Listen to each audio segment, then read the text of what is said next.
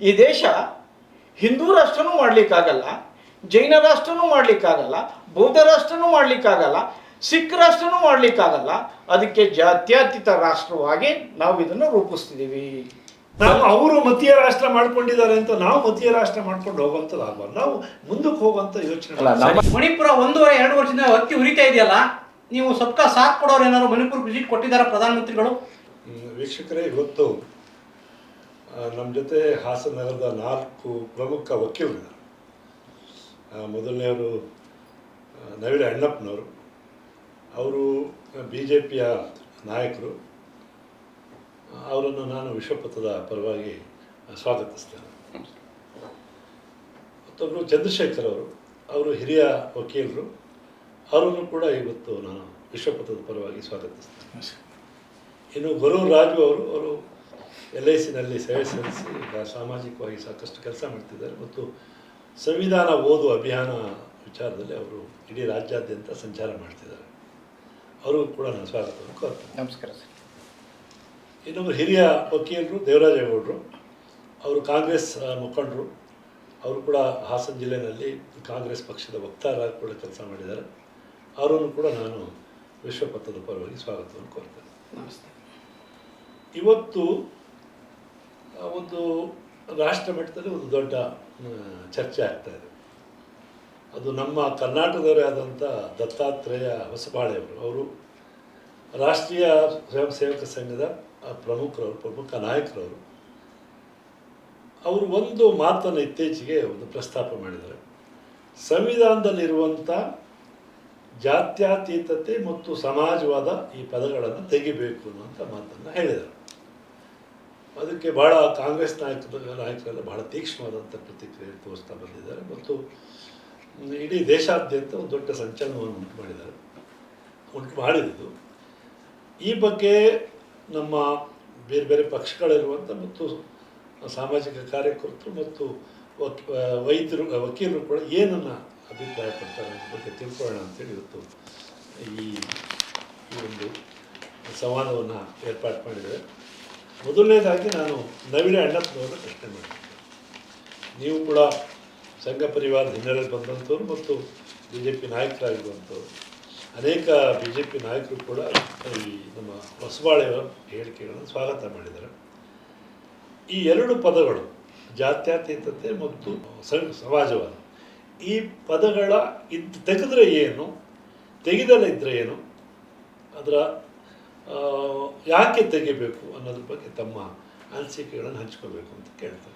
ಈಗ ಸಂವಿಧಾನದಲ್ಲಿ ಅಡಕವಾಗಿರೋದನ್ನೆಲ್ಲ ಹೇಳಿರೋದು ದತ್ತಾತ್ರೇಯ ಹೊಸಬಾಳೆಯವರು. ಸಂವಿಧಾನದ ಪೀಠಿಕೆಯಲ್ಲಿ ಹೌದು 1976ರಲ್ಲಿ ತುರ್ತು ಪರಿಸ್ಥಿತಿ ಅವಧಿನಲ್ಲಿ 42ನೇ ಸಂವಿಧಾನ ತಿದ್ದುಪಡಿನಲ್ಲಿ ಶ್ರೀಮತಿ ಇಂದಿರಾ ಗಾಂಧಿಯವರು ಯಾವುದೇ ಲೋಕಸಭೆ ಅಸ್ತಿತ್ವದಲ್ಲಿ ಇಲ್ಲೇ ಇದ್ದಾಗ 44ನೇ ತಿದ್ದುಪಡಿ 42ನೇ ತಿದ್ದುಪಡಿಯನ್ನು ಸಂವಿಧಾನ ಅಸ್ತಿತ್ವದಲ್ಲೇ ಇದ್ದಂಥ ಸಂದರ್ಭದಲ್ಲಿ ಎಲ್ಲ ವಿರೋಧ ಪಕ್ಷ ನಾಯಕರು ಜೈಲಲ್ಲಿ ಸಂದರ್ಭದಲ್ಲಿ ಅದನ್ನು ಸೇರಿಸಿದರು. ಅದು ಮೂಲ ಸಂವಿಧಾನದಲ್ಲಿ ಇತ್ತಿಲ್ಲ. ಡಾಕ್ಟರ್ ಬಾಬಾ ಸಾಹೇಬ್ ಅಂಬೇಡ್ಕರ್ ಅವರು ಸಂವಿಧಾನ ರಚನಾ ಸಮಿತಿಯ ಚರ್ಚೆಯಲ್ಲಿ ಬಂದಾಗ KT ಶಾ ಅವರು ಪ್ರಸ್ತಾಪ ಮಾಡ್ತಾರೆ. ಈ ಜಾತ್ಯತೀತತೆ ಸೋಷಿಯಲಿಸ್ಟಿಕ್ ಆ್ಯಂಡ್ ಸೆಕ್ಯುಲರ್ ಸೇರಿಸಬೇಕು ಅಂತೇಳಿ. ಯಾವಾಗ ಅದನ್ನು ಡಾಕ್ಟರ್ ಬಾಬಾ ಸಾಹೇಬ್ ಅಂಬೇಡ್ಕರ್ ಒಪ್ಪೋದಿಲ್ಲ, ಅದನ್ನು ಕೈ ಬಿಟ್ಟು ಸಂವಿಧಾನ ಪೀಠಿಕೆ ಮಂಡನೆ ಆಗುತ್ತೆ. ಆದರೆ ತುರ್ತು ಪರಿಸ್ಥಿತಿ ಅವಧಿನಲ್ಲಿ ಅದನ್ನು ಸೇರಿಸೋ ಅವಶ್ಯಕತೆ ಏನಿತ್ತು? ಚರ್ಚೆ ಆಗದಲ್ಲ, ಲೋಕಸಭೆಯಲ್ಲಿ ಪಾರ್ಲಿಮೆಂಟಲ್ಲಿ ಚರ್ಚೆನೇ ಆಗ್ದಲೇ ಎಲ್ಲ ವಿರೋಧ ಪಕ್ಷದ ನಾಯಕರನ್ನ ಜೈಲಲ್ಲಿಟ್ಟು ತುರ್ತು ಪರಿಸ್ಥಿತಿನ ಅವಧಿನಲ್ಲಿ ಸಂವಿಧಾನವನ್ನು ತಿರುಚುವ ಕೆಲಸವನ್ನು ಆಯಿತು. ಅದಷ್ಟೇ ಆಗಲಿಲ್ಲ, ನ್ಯಾಯಾಂಗದ ಅಧಿಕಾರ ವ್ಯಾಪ್ತಿಯನ್ನು ಮೊಟಕುಗೊಳಿಸ್ತಕ್ಕಂಥ ತಿದ್ದುಪಡಿಗಳು ಆಯಿತು, ಅದರಲ್ಲಿ ಆಗಿತ್ತು. ಸೊ ಹಾಗಾಗಿ ಮೊದಲು ತೆಗಿಬೇಕೋ ಬೇಡವೋ ಅನ್ನೋದಕ್ಕೆ ಮುಂಚೆ ಸೇರಿಸೋ ಅವಶ್ಯಕತೆ ಏನಿತ್ತು ಅಂತ ಬಗ್ಗೆ ನಾವು ಚರ್ಚೆ ಮಾಡಬೇಕಾಗುತ್ತೆ. ಸಂವಿಧಾನದಲ್ಲಿ ಎಲ್ಲ ಅಡಕವಾಗಿದೆ. ಸಮಾಜವಾದ ಅಡಕವಾಗಿದೆ, ಜಾತ್ಯತೀತ ಅಡಕವಾಗಿದೆ. ಆರ್ಟಿಕಲ್ 21ನಲ್ಲಿ ದೇಶದ ನಾಗರಿಕ ಪ್ರತಿಯೊಬ್ಬ ಪ್ರಜೆಗೂ ಧಾರ್ಮಿಕ ಸ್ವಾತಂತ್ರ್ಯ ಕೊಟ್ಟಿದೆ. ಪೀಠಿಕೆನಲ್ಲೂ ಕೂಡ ಇದೆ. ಪೀಠಿಕೆನಲ್ಲೂ ಕೂಡ ಅಂಶ ಇದೆ. ಅಲ್ಲ, ಧಾರ್ಮಿಕ ಸ್ವಾತಂತ್ರ್ಯ ಅಂಶ ಆರ್ಟಿಕಲ್ 21 ಸಂವಿಧಾನದಲ್ಲಿ ಅಡಕವಾಗಿದೆ. ಕೂಡ ಇಲ್ಲಿ ಇದೆ. ಆದರೆ ಅದನ್ನು ವಿಶೇಷವಾಗಿ ಆ ವರ್ಡನ್ನು ಸೋಷಿಯಲಿಸ್ಟಿಕ್ ಆ್ಯಂಡ್ ಸೆಕ್ಯುಲರಿಸಮ್ ವರ್ಡನ್ನು ಆ ಪದವನ್ನು ಸೇರಿಸೋ ಔಚಿತ್ಯ ಏನಿತ್ತು ಅಂತಕ್ಕಂಥದ್ದನ್ನು ಅದು ಚರ್ಚೆ ಆಗದಲ್ಲೇ ಅದನ್ನು ಪ್ರಶ್ನೆ ಮಾಡ್ತಕ್ಕಂಥ ಕೆಲಸ ಆಗ್ತಾ ಇದೆ. ಒಂದು ದತ್ತಾತ್ರೇಯ ಹೊಸಬಾಳೆಯವರು ಹೇಳಿರ್ತಕ್ಕಂಥದ್ದು ಈ ವಿಚಾರ ಚರ್ಚೆ ಆಗಲಿ ಅಂತ ಹೇಳಿದ್ದಾರೆ. ಚರ್ಚೆ ಆಗಲಿ, ಈ ವಿಚಾರ ತೆಗಿಬೇಕು ಅಂತ ಸಲಹೆ ಕೊಡೋದಾಗಲಿ ಮತ್ತೊಂದಾಗಲಿ ಮಾಡಿಲ್ಲ. ಅದರ ಬಗ್ಗೆ ಚರ್ಚೆ ಆಗಲಿ. ಯಾಕೆಂದರೆ ನಾವು ನೋಡಿದ್ದೀವಿ, ಈಗ ಇವತ್ತು ಬೇರೆ ಬೇರೆಯವರು ಕೇಳ್ಬೋದು, ಬೇರೆ ವಿರೋಧ ಕಾಂಗ್ರೆಸ್ನವ್ರು ಕೇಳ್ಬೋದು, ಇಷ್ಟು ವರ್ಷ ಸುಮ್ಮನೆ ಇದ್ರಿ, 76ರಲ್ಲಿ ಆಯಿತು, ಇಲ್ಲಿವರೆಗೆ ಯಾಕೆ ಈಗ ಶುರು ಮಾಡಿದ್ದಾರೆ ಅಂತೇಳಿ. ನೋಡಿ, ಆರ್ಟಿಕಲ್ 370ನ ಅದನ್ನು ಡಾಕ್ಟರ್ ಬಾಬಾ ಸಾಹೇಬ್ ಅಂಬೇಡ್ಕರ್ ಸೇರಿಸಿದ್ದಲ್ಲ. ಜಮ್ಮು ಕಾಶ್ಮೀರಕ್ಕೆ ಪ್ರತ್ಯೇಕ ಸ್ವಾಯತ್ತತೆಯನ್ನು ಕೊಡ್ತಕ್ಕಂಥದ್ದನ್ನು ನೆಹರೂರವರು ಸ್ವತಃ ಹಿತಾಸಕ್ತಿಯಿಂದ ವಹಿಸಿ ಅದನ್ನು ಸೇರಿಸಿರ್ತಕ್ಕಂಥದ್ದು. ಅದನ್ನು ತೆಗಿಬೇಕಾದ್ರೆ ಈಗ ಎಷ್ಟು ವರ್ಷಗಳು ತಗೊಂತು? ಜನಾಭಿಪ್ರಾಯ ಮೂಡಿಸ್ತಕ್ಕಂಥ ಕೆಲಸ ಪ್ರಾರಂಭ ಆಗಿ ನಂತರ ಜನಾಭಿಪ್ರಾಯ ಅದರ ವಿರುದ್ಧ ಆರ್ಟಿಕಲ್ 370 ತೆಗಿಲೇಬೇಕು ಅಂತಕ್ಕಂಥ ಜನ ಮನಸ್ಥಿತಿ ಬದಲಾವಣೆ ಆದ ನಂತರ ಅದನ್ನು ತೆಗಿಲಾಯಿತು. BJP ಅಧಿಕಾರಕ್ಕೆ ಬಂದಾಗ, ಅಟಲ್ಜಿ ಅವರು ಬಂದಾಗ ಯಾಕೆ ತೆಗೀಲಿಲ್ಲ ಅಂತ ಕೇಳ್ತಕ್ಕಂಥ ಪ್ರಶ್ನೆ ಅಲ್ಲ. ಇವತ್ತು ಪ್ರಸ್ತುತ ಆ ಎರಡು ಪದಗಳು ಔಚಿತ್ಯ ಏನಿತ್ತು, ತೆಗೆದ್ರೆ ಏನಾಗುತ್ತೆ, ತೆಗೆದೇ ಇದ್ರೆ ಏನಾಗುತ್ತೆ ಅಂತಕ್ಕಂಥ ಚರ್ಚೆ ಈ ವಿಚಾರದಲ್ಲಿ ದೇವರಾಜೇಗೌಡರು ಏನು ಹೇಳ್ಬೋದು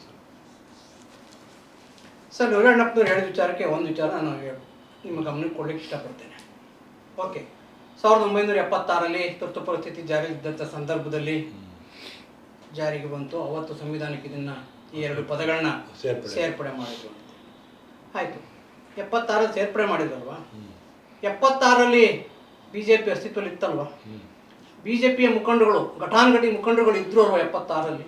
ಜೈಲಲ್ಲಿ ಇರ್ಬೋದು, ನಿರಂತರವಾಗಿ ಹಲವಾರು ವರ್ಷಗಳ ಕಾಲ ಏನು ಜೈಲಲ್ಲಿ ಇರಲಿಲ್ಲ, ಕೆಲವೇ ತಿಂಗಳುಗಳ ಕಾಲ ಜೈಲಿನಲ್ಲಿ ಇದ್ದರು, ಅಥವಾ ವರ್ಷಗಳ 1 ವರ್ಷ 2 ವರ್ಷದಲ್ಲಿ ಇದ್ದರು.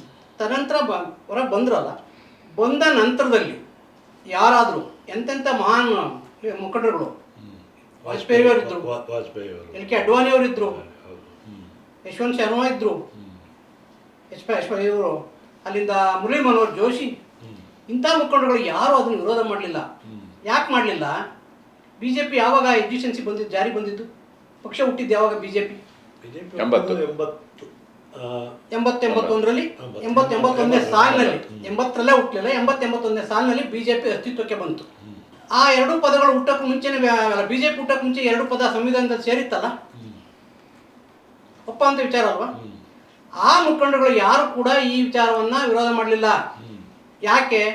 80ರಲ್ಲಿ BJP ಪಕ್ಷ ಉದಯವಾದಾಗ, ನಿಮ್ಗೆ ಹೇಳ್ತೀನಿ, BJPಯ ಪ್ರಿಯಾಂಬಲ್ಸ್ ಏನಿದೆ, ಪಕ್ಷದ ಕಾನ್ಸ್ಟಿಟ್ಯೂಷನ್ ಇದೆಯಲ್ಲ, ಪಕ್ಷದ ಕಾನ್ಸ್ಟಿಟ್ಯೂಷನ್ ಏನು ಹೇಳ್ತಾ ಇರೋದು, ಸಂವಿಧಾನ, ಪಕ್ಷದ ಸಂವಿಧಾನ, ಅದರಲ್ಲಿ ಸೇರ್ಪಡೆ ಮಾಡ್ತಾರೆ. ಏನು ಹೇಳ್ತಿದ್ದು ಪಕ್ಷದ ಸಂವಿಧಾನದಲ್ಲಿ? ಇವತ್ತು ಈ ಎರಡು ಪದಗಳು BJPಗೆ ಬೇಕಾಗಿಲ್ಲ. BJP ಅವರು ಬೇಡ ಅಂತ ಅನ್ನೋದಾದ್ಮೇಲೆ ಅವರ ಪಕ್ಷದ ಸಿದ್ಧಾಂತದಲ್ಲಿ ಇದನ್ನು ತೆಗೆದುಕೊಂಡದ್ದು ಯಾಕೆ? ಭಾರತೀಯ ಜನತಾ ಪಕ್ಷದ ಸಂವಿಧಾನ ಮತ್ತು ನಿಯಮಗಳು. ಪಕ್ಷದ ಹೆಸರು ಭಾರತೀಯ ಜನತಾ ಪಕ್ಷ, ಇನ್ನು ಮುಂದೆ ಪಕ್ಷ ಎಂದು ಉಲ್ಲೇಖಿಸಲಾಗುತ್ತದೆ. ಭಾರತವನ್ನು ಬಲಿಷ್ಠ ಮತ್ತು ಸಮೃದ್ಧ ರಾಷ್ಟ್ರವಾಗಿ ನಿರ್ಮಿಸಲು ಪಕ್ಷವು ಪ್ರತಿಜ್ಞೆ ಮಾಡಿದೆ. ಏನು ಮಾಡಲಿಕ್ಕೆ? ಭಾರತವನ್ನು ಬಲಿಷ್ಠ ಮತ್ತು ಸಮೃದ್ಧ ರಾಷ್ಟ್ರವನ್ನಾಗಿ ಮಾಡಲಿಕ್ಕೆ ಪ್ರತಿಜ್ಞೆ ಮಾಡಿ ಆಧುನಿಕ, ಪ್ರಗತಿಪರ ಮತ್ತು ಪ್ರಬುದ್ಧ ದೃಷ್ಟಿಕೋನವನ್ನು ಹೊಂದಿದೆ. ಇದು ಭಾರತದ ಪ್ರಾಚೀನ ಸಂಸ್ಕೃತಿ ಮತ್ತು ಮೌಲ್ಯಗಳಿಂದ ಹೆಮ್ಮೆಯಿಂದ ಸ್ಫೂರ್ತಿ ಪಡೆಯುತ್ತದೆ. ಹೀಗಾಗಿ ವಿಶ್ವಶಾಂತಿ ಮತ್ತು ನ್ಯಾಯಯುತ ಅಂತಾರಾಷ್ಟ್ರೀಯ ಕ್ರಮವನ್ನು ಸ್ಥಾಪಿಸಲು ರಾಷ್ಟ್ರಗಳ ಸೌಹಾರ್ದತೆಯಲ್ಲಿ ಪರಿಣಾಮಕಾರಿ ಪಾತ್ರವನ್ನು ವಹಿಸುವ ಮಹಾನ್ ವಿಶ್ವಶಕ್ತಿಯ ಹೊರದೊಮ್ಮಲು ಸಾಧ್ಯವಾಗುತ್ತದೆ. ಜಾತಿ, ಮತ, ಲಿಂಗ ಇದು ಯಾವುದನ್ನು ಲೆಕ್ಕಿಸದೆ ಎಲ್ಲ ನಾಗರಿಕರಿಗೆ ರಾಜಕೀಯ, ಸಾಮಾಜಿಕ, ಆರ್ಥಿಕ ನ್ಯಾಯ, ಅವಕಾಶದ ಸಮಾನತೆ ಮತ್ತು ನಂಬಿಕೆ ಮತ್ತು ಅಭಿವ್ಯಕ್ತಿ ಸ್ವಾತಂತ್ರ್ಯವನ್ನು ಖಾತರಿಪಡಿಸುವ ಪ್ರಜಾಪ್ರಭುತ್ವ ರಾಜ್ಯವನ್ನು ಸ್ಥಾಪಿಸಲು ಪಕ್ಷವು ಕಾನೂನಿನ ಮೂಲಕ ಸ್ಥಾಪಿಸಲಾದ ಭಾರತದ ಸಂವಿಧಾನಕ್ಕೆ ಮತ್ತು ಸಮಾಜವಾದ, ಜಾತ್ಯತೀತತೆ ಮತ್ತು ಪ್ರಜಾಪ್ರಭುತ್ವದ ತತ್ವಗಳ ನಿಜವಾದ ನಂಬಿಕೆ ಮತ್ತು ನಿಷ್ಠೆಯನ್ನು ಹೊಂದಿರಬೇಕು ಮತ್ತು ಭಾರತದ ಸಾರ್ವಭೌಮತ್ವ, ಏಕತೆ ಮತ್ತು ಸಮಗ್ರತೆ ಎತ್ತಿಡಬೇಕೆನ್ನೋ ದೃಷ್ಟಿಯಿಂದ ಈ ಪದಗಳನ್ನ ಜಾರಿಗೆ ತಂದರು. ಇವತ್ತು ಸಂವಿಧಾನದಲ್ಲೇ ಈ ಪದಗಳನ್ನ ತೆಗಿಬೇಕು ಅನ್ನೋರು ತಮ್ಮ ಪಕ್ಷದಲ್ಲಿ ಇವನ್ನು ಅಳವಡಿಸ್ಕೊಂಡಿಲ್ವಾ? ಯಾವ ಕಾರಣಕ್ಕೆ? ದೇಶದ ಹಿತದೃಷ್ಟಿಯಿಂದ ಈ ಪದಗಳು ಇರಬೇಕು ಅನ್ನೋ ಕಾರಣಕ್ಕಾಗಿ ಇಂದಿರಾ ಗಾಂಧಿ ಅವರು ಪ್ರಧಾನಮಂತ್ರಿ ಆಗಿದ್ದಂಥ ಸಂದರ್ಭದಲ್ಲಿ 76ರಲ್ಲಿ ಇದನ್ನು ಸಂವಿಧಾನಕ್ಕೆ ಸೇರ್ಪಡೆ ಮಾಡಿದರು. ತದನಂತರದಲ್ಲಿ ಹುಟ್ಟಿದಂಥ BJP ತಮ್ಮ ಸಂವಿಧಾನದಲ್ಲಿ ಇದೇ ಪದಗಳನ್ನ ಅಳವಡಿಸಿಕೊಂಡಿದೆ. ಯಾಕೆ ಮಾಡಿದರು? ದೇಶಕ್ಕೆ ಒಳ್ಳೆಯದಾಗುತ್ತೆ, ಯಾವುದೇ ಒಂದು ಜಾತಿಯ ಆಧಾರದ ಮೇಲೆ, ಧರ್ಮದ ಆಧಾರದ ಮೇಲೆ ರಾಜಕೀಯ ಮಾಡಬಾರ್ದು ಅನ್ನೋ ದೃಷ್ಟಿಯಿಂದ BJP ಮುಖಂಡಗಳು ಒಪ್ಕೊಂಡಿದ್ರು. ಪಕ್ಷ ಕೂಡ, ಕಾಂಗ್ರೆಸ್ ಪಕ್ಷ ಕೂಡ ಅದನ್ನೇ ದೃಷ್ಟಿಯಲ್ಲಿ ಇಟ್ಕೊಂಡು ಸೇರ್ಪಡೆ ಮಾಡಿತ್ತು. ಆದರೆ ಇತ್ತೀಚೆಗೆ ಬಂದಂಥ ಏನು ಮಹಾನ್ ನಾಯಕರುಗಳು BJP ಇದ್ದಾರಲ್ಲ, ಅವ್ರಿಗೆ ಬೇಕಾಗಿಲ್ಲ. ಯಾಕಂದ್ರೆ ಅವರು BJP ಪಕ್ಷ ಹುಟ್ಟಂಥ ಸಂದರ್ಭದಲ್ಲಿ ಇವ್ರು ಯಾರು ಪ್ರವರ್ಧಮಾನದಲ್ಲಿ ಇರಲಿಲ್ಲ. ಇವತ್ತು ಯಾರು ವಿರೋಧ ಮಾಡ್ತಾ ಇದ್ದಾರೆ BJP ಮುಖಂಡರುಗಳು, ಅವ್ರು ಯಾರು ಪ್ರವರ್ಧಮಾನದಲ್ಲಿ ಇರಲಿಲ್ಲ. ಇವತ್ತು ಅವ್ರಿಗೆ ಯಾಕೆ ಬೇಕಾಗಿಲ್ಲ ಅಂತಂದರೆ, ಅವ್ರಿಗೆ agenda single point program BJP ಅವ್ರದ್ದು. ದೇಶ ಹೊಡಿಬೇಕು, ದೇಶ ಹೊಡೆದಿದ್ದು ಕಾಂಗ್ರೆಸ್. ಅದ್ರ ಪ್ರಶ್ನೆ ನೀವು ದೇಶ ಹೊಡಿತಾರೆ BJP ಅನ್ನೋ ಬಗ್ಗೆ ದೇಶದಲ್ಲಿ ಅಶಾಂತಿ ಉಂಟಾಗಬೇಕು, ಸಮಾಜ ನೆಮ್ಮದಿಯಿಂದ ಇರಬಾರ್ದು, BJP ಅಧಿಕಾರಕ್ಕೆ ಬರಬೇಕು, ಗಲಾಟೆ ಮಾಡಿಸ್ಬೇಕು, BJP ಅಧಿಕಾರಕ್ಕೆ ಬರಬೇಕು. ಈ ದೃಷ್ಟಿಯಿಂದ ಇವತ್ತು ಅದು ಬೇಡ ಅಂತ ಹೇಳ್ತಾ ಇದ್ದಾರೆ ವಿನಃ ಅದರಲ್ಲಿ ದೇಶದ ದೃಷ್ಟಿಯಿಂದ ಮಾಡ್ತಾ ಇಲ್ಲ, ಪಕ್ಷದ ದೃಷ್ಟಿಯಿಂದ ಮಾಡ್ತಾ ಇದ್ದಾರೆ ಅಂತ ನನ್ನ ಅಭಿಪ್ರಾಯ. ಸರ್, ಇದರಲ್ಲಿ ಸ್ಪಷ್ಟವಾಗಿದೆ. ಇದು ನಾವು ಮೂಲತಃ ಈ ಸ್ವಾತಂತ್ರ್ಯ ಪಡೆಯೋ ಸಂದರ್ಭವನ್ನು ವಿಶ್ಲೇಷಣೆ ಮಾಡಬೇಕಾಗ್ತದೆ.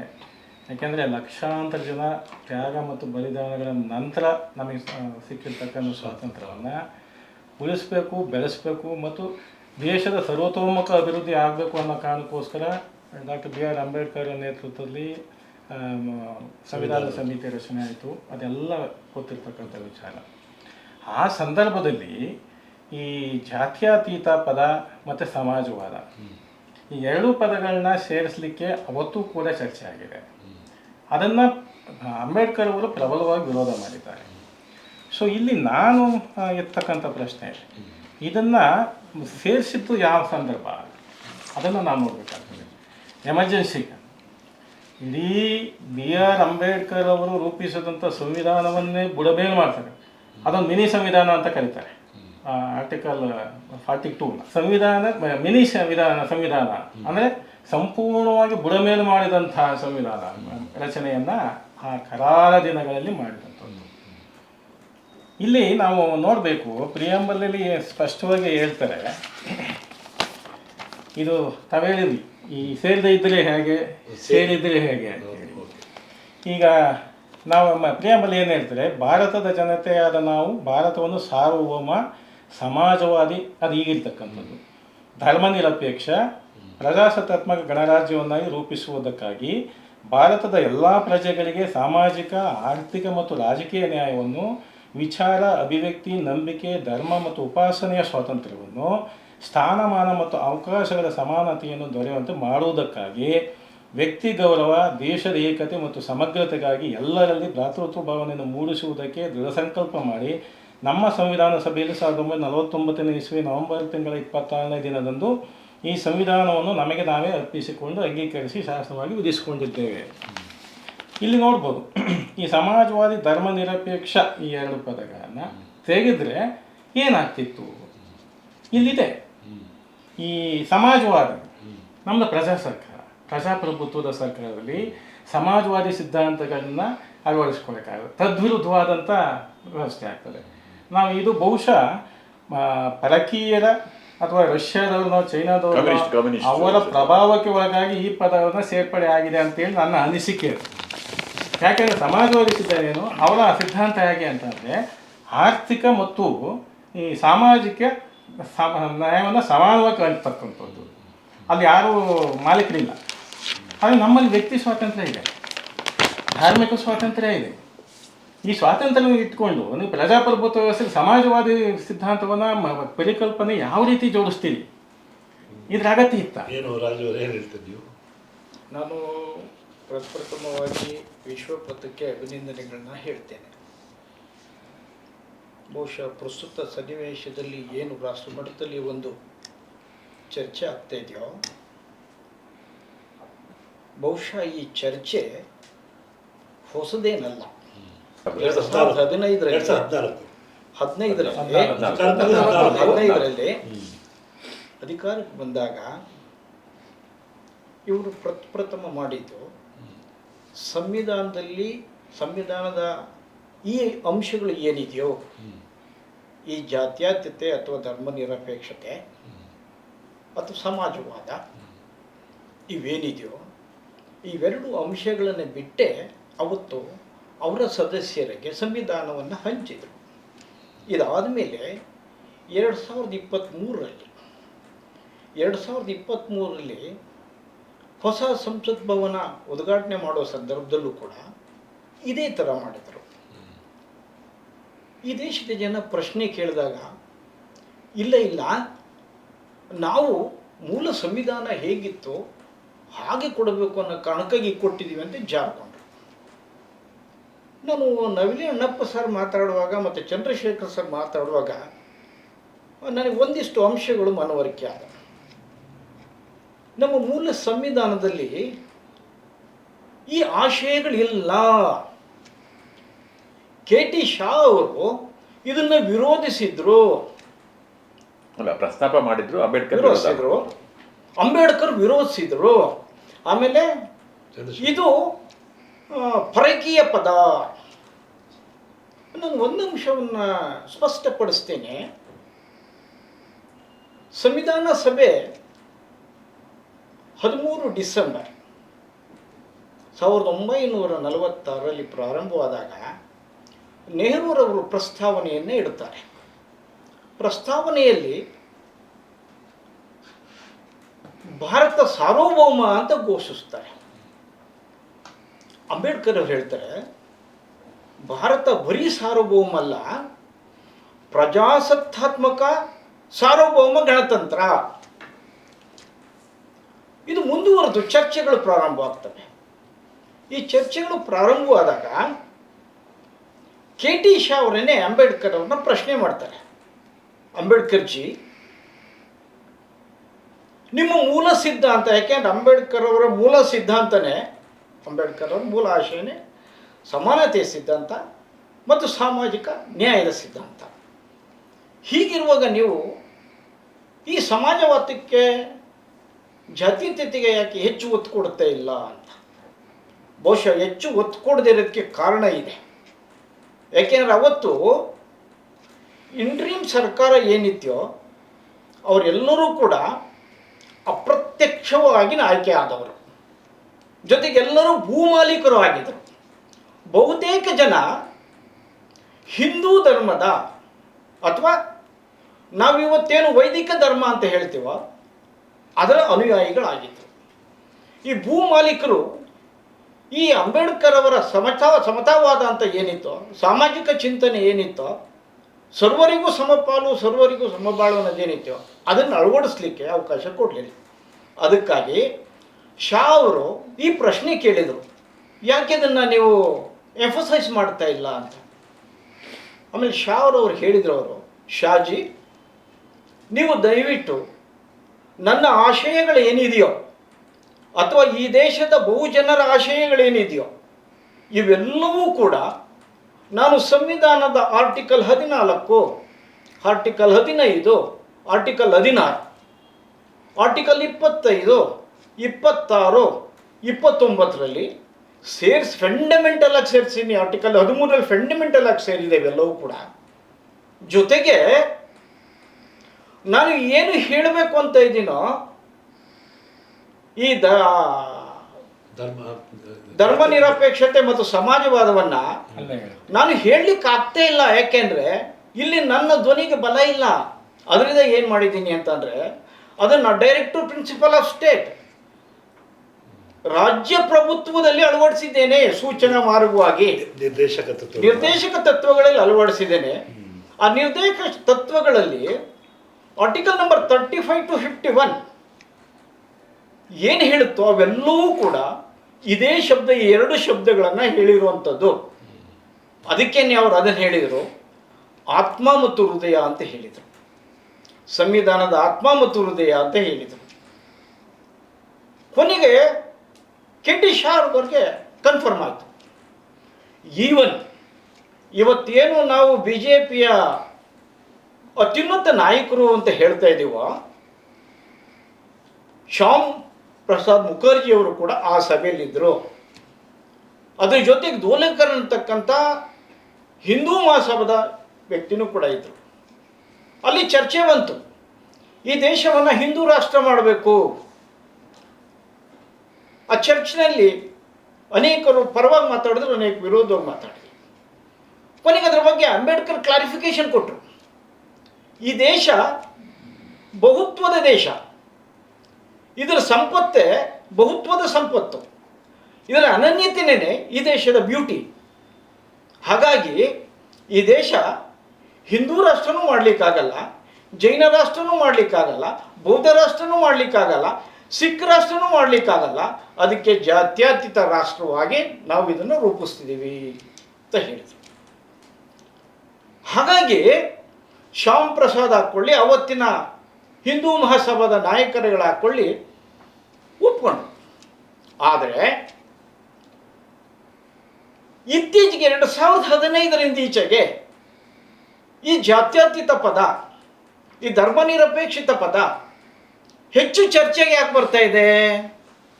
ನಮ್ಮ ಹೊಸಬಾಳವರು ಹೇಳಿದ್ದಾರೆ, ಇದು ನಮ್ಮ ಮೂಲ ಸಂಸ್ಕೃತಿಯಲ್ಲ, ಇದು ನಮ್ಮ ನಾಗರಿಕತೆಯಲ್ಲ, ಇದು ಪರಕೀಯ ಭಾಷೆ ಅಂತ. ಸೆಕ್ಯುಲರಿಸಮ್ ಇವೆರಡು ಪರಕೀಯ ಭಾಷೆ. ಎರಡು ಪದಗಳು. ಡಾಕ್ಟರ್ ಬಾಬಾ ಸಾಹೇಬ್ ಅಂಬೇಡ್ಕರ್ ತುಂಬ ಚೆನ್ನಾಗಿ ಹೇಳಿದ್ದಾರೆ, ಇದು ಪರಕೀಯ ಭಾಷೆ ಅಲ್ಲ, ನಾನು ತಗೊಂಡಿರುವಂಥ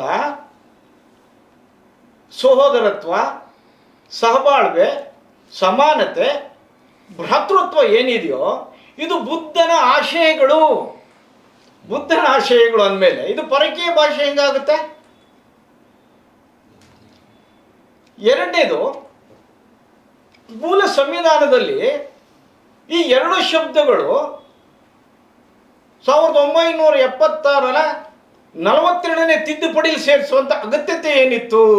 1942ರಲ್ಲಿ ಸೇರಿಸುವಂಥ ಅಗತ್ಯತೆ ಏನಿತ್ತು ಅನ್ನೋದು ಹೇಳೋದಾದರೆ, 44ನೇ ತಿದ್ದುಪಡಿ ಮಾಡಿದ್ರಲ್ಲ, 44ನೇ ತಿದ್ದುಪಡಿ ಮಾಡಿದಾಗ ಅಲ್ಲಿ ಇವರೇ ಇದ್ದರು. ಇವತ್ತು ಏನು ವಿರೋಧಿಸ್ತಾರೋ ಅದೇ ಸಹಭಾಗಿತ್ವದವರು ಇದ್ದವರು, ಅದನ್ನೇ ಪ್ರಶ್ನೆ ಮಾಡಲಿಲ್ಲ, ಅದನ್ನೇ ತರಲಿಲ್ಲ. ಸೊ ಹೀಗಾಗಿ ಈ ಏನು ಶಬ್ದ ಇದೆಯೋ ಏನೋ ಜಲಜವರೇ ಈ ಯಾತಕ್ಕೆ ತಂದ್ರು ಅನ್ನೋದು ಮುಖ್ಯವಾಗಿ ಈ ಎರಡು ಪೀಠಿಕೆ ಒಳಗಡೆ ಈ ಎರಡು ಪದಗಳ ಸೇರ್ಪಡೆ ಮಾಡುವಂಥ ತುರ್ತು ಮತ್ತು ಏನು ಯಾವ ಹಿನ್ನೆಲೆ ಒಳಗಡೆ ಇಂದಿರಾ ಗಾಂಧಿಯವರು ತಂದಿರ್ಬೋದು ಸರ್? ಒಂದು, ಅವತ್ತು ಇಂದಿರಾ ಗಾಂಧಿಯವರು ದೇಶದಲ್ಲಿ ಹಲವಾರು ಸುಧಾರಣೆಗಳನ್ನು ತರ್ತಾರೆ. ಬ್ಯಾಂಕ್ ರಾಷ್ಟ್ರೀಯತೆ ಆದಿಯಾಗಿ ಹಲವಾರು ಸುಧಾರಣೆಗಳನ್ನು ತರ್ತಾರೆ. ಆ ರೀತಿ ಸುಧಾರಣೆಗಳ ತಂದಂಥ ಸಂದರ್ಭದಲ್ಲಿ ಅಡ್ಡಗಾಲು ಜಾಸ್ತಿ ಆಗುತ್ತೆ. ಅವರು ಯಾವುದೇ ಒಂದು ಹೊಸ ಯೋಜನೆಗಳನ್ನ ಇಂಟ್ರೊಡ್ಯೂಸ್ ಮಾಡಿದರೂ ಸಹ ಅದಕ್ಕೆ ಅಡ್ಡಗಾಲ ಆಗ್ತಾರೆ. ಅವ್ರ ಉದ್ದೇಶ ಒಂದೇ, ಇಂದಿರಾ ಗಾಂಧಿಯವರು ಸುಧಾರಣೆ ಮಾಡ್ತಕ್ಕಂಥ ಹಲವಾರು ಮೂಲಭೂತ ವಿಚಾರಗಳು ಏನಿದ್ವಲ್ಲ, ರಾಜಧನ ರದ್ದತಿ, ಬ್ಯಾಂಕ್ ರಾಷ್ಟ್ರೀಕರಣ, ಇವೆಲ್ಲವು ಅವನ್ನೆಲ್ಲ ಮಾಡಿದ್ದೇ ಆದರೆ ಹೆಚ್ಚು ಪ್ರಚಾರಕ್ಕೆ ಬರ್ತಾರೆ, ಬಿಜೆಪಿಗೆ ತೊಂದರೆ ಆಗುತ್ತೆ. ವಿರೋಧ ಪಕ್ಷ ಪ್ರಬಲವಾಗಿ ಐತಿಲ್ಲ, ಬಿಜೆಪಿನೇ ಐತಿ. ಇಲ್ಲಿ ಹೇಳ್ತೀನಿ, 1-2 ಜನ ಗೆಲ್ತಿದ್ರು ಕೂಡ ಮೇಲೆ ಜೊತೆಗೆ ಸಮಾಜವಾದಿ ಪಕ್ಷನೂ ಕೂಡ ಜಾರಿನಲ್ಲಿ ಇರುತ್ತೆ. 76 ಜನಸಂಘ ಬಂದಿತ್ತಲ್ಲ ಅಷ್ಟೊತ್ತಿಗಾಗಲೇ. ಜನಸಂಘ ಮರ್ಜಿ ಆಗಿ ಜನತಾ ಪಾರ್ಟಿಗೆ ಆಯ್ತು, ಆಮೇಲೆ ಆಯ್ತು 77 ಜನಸಂಘ. ಅವಾಗೇನು 2 ಜನ 3 ಜನ ಗೆಲ್ತಿದ್ರು ಅಷ್ಟೇ. ತದನಂತರದಲ್ಲಿ ಅದು ಜನಸಂಘಕ್ಕೆ ಮರ್ಜ್ ಆಗಿದ್ದು ಬಿಜೆಪಿ ಜೊತೆಗೆ. ಅಂತ ಸಂದರ್ಭದಲ್ಲಿ ಪ್ರಜಾಪ್ರಭುತ್ವ ರಾಷ್ಟ್ರ ಅಂತೇಳಿ ಏನು ಗುರ್ತು ಮಾಡ್ಕೊಂಡಿತ್ತು ಭಾರತ, ಪ್ರಜಾಪ್ರಭುತ್ವ ರಾಷ್ಟ್ರ ಅಂತೇಳಿ ಪ್ರಜಾಪ್ರಭುತ್ವವನ್ನು ಬೆಳೆಸ್ಲಿಕ್ಕಾಗಿ ತಂದಂಥ ಈ ಎರಡು ಪದಗಳು. ಯಾಕೆಂದರೆ ನಮ್ಮ ರಾಜು ಅವರು ಹೇಳ್ದಾಗೆ ಅವತ್ತು ಮತದಾನ ಪದ್ಧತಿ ಯಾರಿಗಿತ್ತು? ಭೂಮಾಲೀಕರಿಗೆ ಅಷ್ಟೇ ಇದ್ದದ್ದು. ದೇಶದ ಜನಸಂಖ್ಯೆ ಎಷ್ಟಿತ್ತು? ಜನಸಂಖ್ಯೆಗೆ ಆಧಾರವಾಗಿ ಮತ ಹಾಕಲಿಕ್ಕೆ ಅಧಿಕಾರ ಇದೆ. ಆ ಕಾರಣಕ್ಕಾಗಿ ಸರ್ವರಿಗೂ ಸಮಪಾಲು ಸಮಬಾಳು ಸಿಗಬೇಕು ಅನ್ನೋ ಒಂದು ದೃಷ್ಟಿಯಿಂದ ಜಾತೀಯತೆ ಆಧಾರದ ಮೇಲೆ ನಡೀತಾ ಇತ್ತು. ಅದನ್ನೆಲ್ಲ ನೀವು ಮತದಾನದ ಹಕ್ಕಿಲ್ಲ ಅಂತ ಅಂದ್ರೆ ಬಾಬಾ ಸಾಹೇಬ್ ಅಂಬೇಡ್ಕರ್ ಸಂವಿಧಾನ ಬರೆದಿತ್ತಿಲ್ಲ ಅಂತ ಹೇಳ್ತಿದ್ದೀರಿ ನೀವು. 76ರಲ್ಲಿ ಮತದಾನದ ಹಕ್ಕಿಲ್ಲ ಅಂತ ಇದೆ ಅಂತಂದ್ರೆ ಏನು? ಯಾಕಂದ್ರೆ ಈಗ ಸರಿ ಕೇಳಿದ ಪ್ರಶ್ನೆ ಇದೆಯಲ್ಲ, ಒಂದು ನಿಮಿಷ. ಆ ಕಾರಣಕ್ಕಾಗಿ ಸಮಾನತೆಯನ್ನು ತರಬೇಕು. ಈ ಪದಗಳ ಎರಡೊಂದು ಇವತ್ತು ಸಂವಿಧಾನದಲ್ಲಿ ಸೇರಿಸದೇ ಇದ್ರೆ ತನ್ನದೇ ಆದಂಥ ಒಂದು ಪ್ರಭುತ್ವವನ್ನು ಜಾರಿಗೆ ತರ್ತಾರೆ, ನಿರಂಕುಶ ಪ್ರಭುತ್ವ ಜಾರಿ ಬರುತ್ತೆ. ಅದು ಆಗಬಾರದು ಅನ್ನೋ ದೃಷ್ಟಿಯಿಂದ ಈ ಎರಡು ಪದಗಳನ್ನ ಸಂವಿಧಾನದಲ್ಲಿ ಸೇರ್ಪಡೆ ಮಾಡಿದ್ರು. ಹಾಗಾದ್ರೆ 76ರವರೆಗೆ ಸಮಾನತೆ ಜಾತ್ಯತೀತ ಇತ್ತಿಲ್ವಾ? ಯಾರು ಅಧಿಕಾರ ಯಾರು ಮಾಡ್ತಾ ಇದ್ರು? ಆಮೇಲೆ ಜೊತೆಗೆ ಕಾಂಗ್ರೆಸ್ಸೇ ಮಾಡ್ತಾ ಇತ್ತು. ರಾಜು ಅವರು ಒಂದು ವಿಷಯ ಹೇಳಿದರು ಇದರಲ್ಲಿ ಕಾನ್ಸ್ಟಿಟ್ಯೂಷನಲ್ ಅಸೆಂಬ್ಲಿಲಿ. ಅಂಬೇಡ್ಕರ್ ಅವರು ಯಾವುದೋ ಒತ್ತಡ ಇದೆ ಅನ್ನೋ ರೀತಿಯಲ್ಲಿ ಹೇಳಿದರು, ಅದನ್ನು ರಾಜನೀತಿ ತತ್ವದಲ್ಲಿ ನಾನು ಹೇಳಿದ್ದೀನಿ ಅಂತ ಹೇಳಿದರು. ಬಹುಶಃ ನಾನು ಅದಕ್ಕೆ ಸಹಮತ ವ್ಯಕ್ತಪಡಿಸಲ್ಲ. ಯಾಕೆ ಅಂದರೆ ಅಂಬೇಡ್ಕರ್ ಅಂತ ಧೈರ್ಯವಂತ ಮತ್ತೊಬ್ಬ ನಾಯಕನನ್ನು ನಾವು ಕಾಣೋಕ್ಕಾಗೋದಿಲ್ಲ. ಅವರಿಗೆ ಆ ರೀತಿ ಏನಾದರೂ ಒತ್ತಡ ಇದೆ ಅಂತ ಅಂದರೆ ಹಾಗಾಗಿ ರಾಜೀನಾಮೆ ಕೊಟ್ಟು ಹೊರಗಡೆ ಬರ್ತಾಯಿದ್ರು ಅವರು. ಅದನ್ನು ಸಾಬೀತು ಮಾಡಿದ್ದಾರೆ, ಆ ನಂತರದಲ್ಲಿ ಸಾಬೀತು ಮಾಡಿದ್ದಾರೆ. ಹಿಂದೂ ರಾಷ್ಟ್ರ ಆಗಬೇಕು ಆ ಅಂತ ಹೇಳಿದ್ರು. ಆ ದೇಶ ವಿಭಜನೆ ಆಗಿದ್ದೇನೆ, ಯಾವುದೇ ಒತ್ತಡಕ್ಕೆ ಒಳಗಾಗಿಲ್ಲ ಅಂತ ಹಿಂದೂ ಮುಸ್ಲಿಂ ಅನ್ನೋ ಕಾರಣಕ್ಕೋಸ್ಕರ ದೇಶ ವಿಭಜನೆ ಆಗಿತ್ತು. ಆ ಕಾರಣಕ್ಕೋಸ್ಕರ ಮಾಡಬೇಕು ಅಂತ ಪ್ರಸ್ತಾಪ ಬಂದಾಗ ಅಂಬೇಡ್ಕರ್ ಒಪ್ಕೊಂತಾರೆ. ಹಿಂದೂ ರಾಷ್ಟ್ರನ ಪ್ರಸ್ತಾಪ ಹೌದೌದೌದು ಒಪ್ಕೊಂತಾರೆ. ಯಾಕೆಂದ್ರೆ ಹಿಂದೂ ರಾಷ್ಟ್ರ ಅಂತಕ್ಕಂಥ ವಿಚಾರ ಯಾವುದೇ ಬಾಹ್ಯ ಒತ್ತಡಕ್ಕೂ ಹೊರಗಾಗಿಲ್ಲ. ಅತಿ ಮುಖ್ಯವಾಗಿ ಮೊದಲೆಲ್ಲ ವಿನಂತಿ ಏನಂತಂದ್ರೆ ನಾವೀಗ ಏನೋ ಗೆಲ್ಲಿಕ್ಕೋಸ್ಕರ ಯಾರ್ದು ವಿರುದ್ಧ ಗೆಲ್ಲೋದಕ್ಕೋಸ್ಕರ ಒಂದು ಸತ್ಯದ ಹುಡುಕಾಟ. ಯಾಕೆಂದರೆ ನಾವೆಲ್ಲ ಜವಾಬ್ದಾರಿಯುತವಾಗಿ ಒಂದು ದೇಶದ ಹಿತದೃಷ್ಟಿಯಿಂದ ಮಾತಾಡ್ತಿರೋಂಥದ್ದು. ನಾನು ಒಂದು ಪಕ್ಷದ ಪರ ವಿರುದ್ಧ ಅಂತಲ್ಲ, ನಿಜವಾಗ್ಲೂ ಆ ಪದಗಳಿಂದ ಆಗ್ತಾ ಇರುವಂಥ ಹಾನಿ ಏನು ಅಥವಾ ಏನಾದ್ರು ತಿದ್ದುಪಡಿ ಮಾಡಬೇಕಾದ ಅವಶ್ಯಕತೆ ಒಂದು ನನಗೂ ಅನ್ನಿಸ್ತಾ ಇರೋಂಥ ವಿಚಾರ ಏನು ಅಂತ, ಈಗ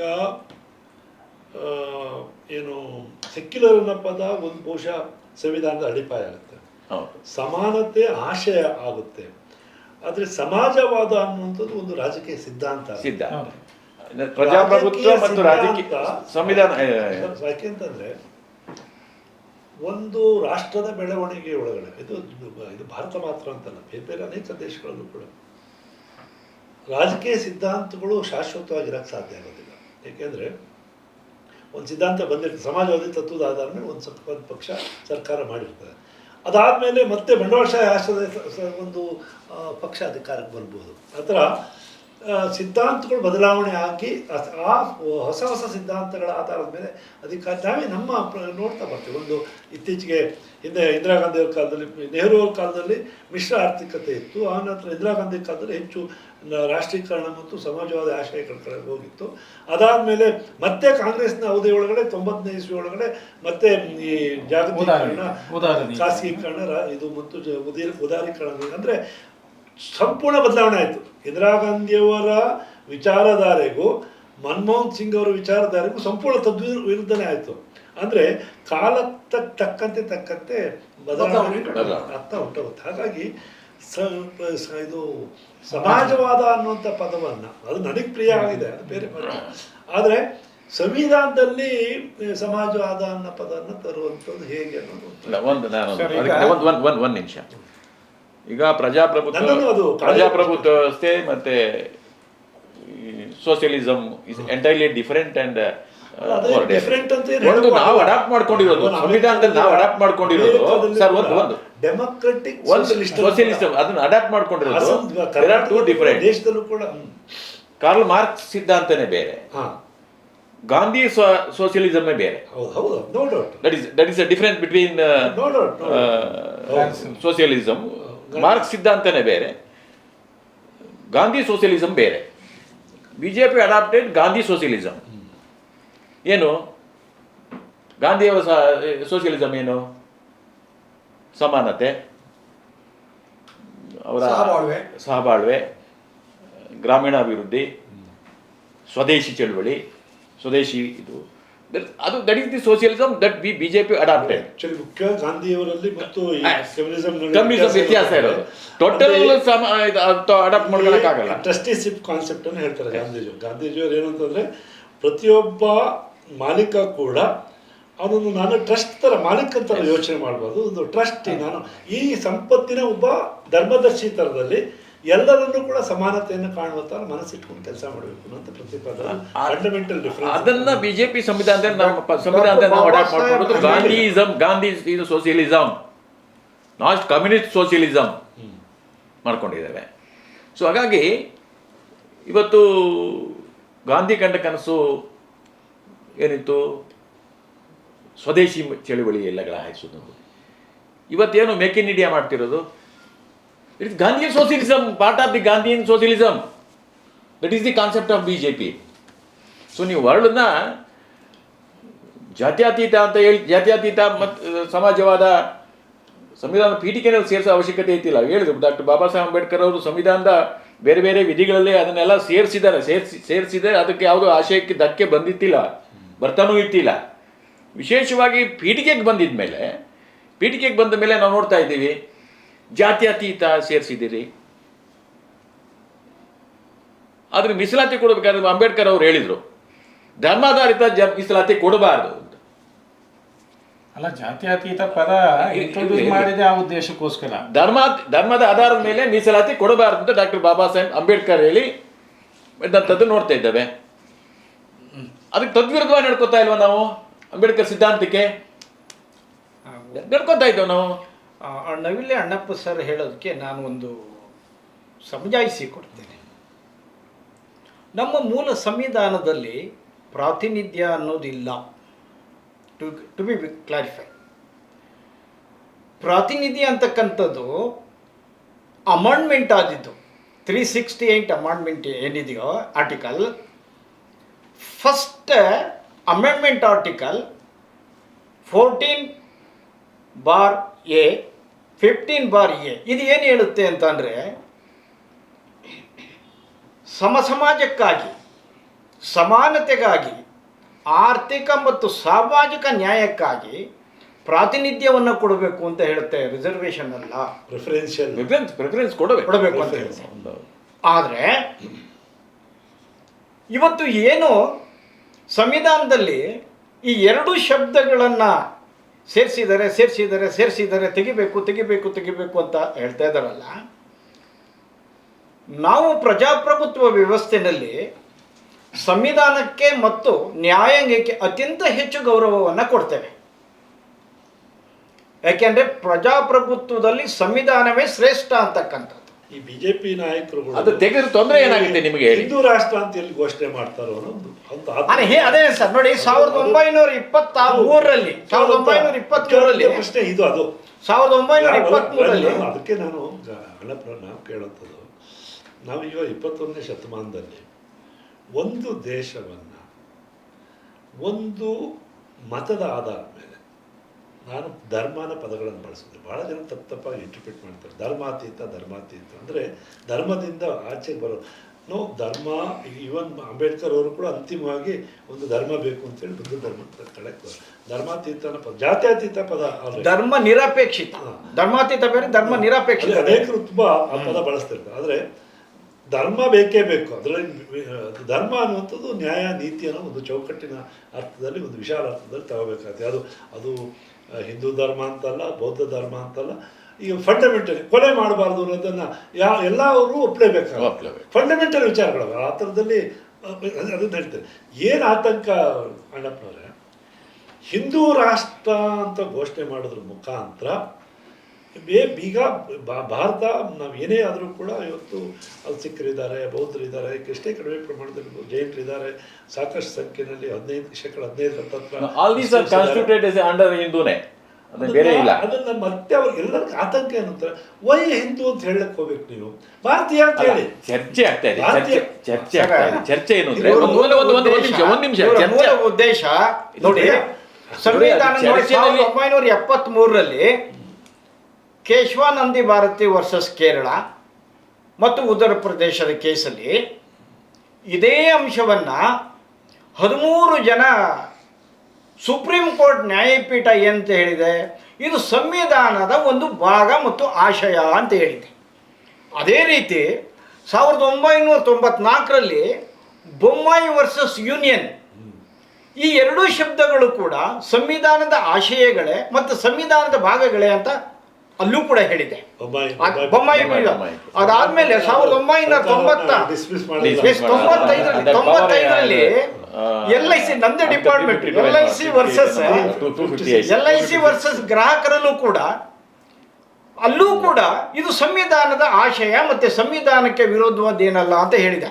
ಇದೆಲ್ಲ ಇನ್ನೊಂದು 24ರಲ್ಲಿ ಇದೇ RSSನ ಅಶ್ವಿನಿ ಉಪಾಧ್ಯಾಯ ಮತ್ತು ರಾಜ್ಯಸಭಾ ಸದಸ್ಯರಾದಂಥ ಸುಬ್ರಹ್ಮಣ್ಯ ಸ್ವಾಮಿ ಅವರು ಒಂದು ಕೇಸ್ ರಿಟಿಷನ್ ಫೈಲ್ ಮಾಡಿದರು. ಅದರಲ್ಲಿ ಏನು ಹೇಳಿದ್ರು ಅಂದರೆ, ಇದು ಇವತ್ತೇನು ಆರ್ಗ್ಯುಮೆಂಟ್ ನಡೀತಾ ಇದೆಯಲ್ಲ, ಇದೇ ಆರ್ಗ್ಯುಮೆಂಟ್.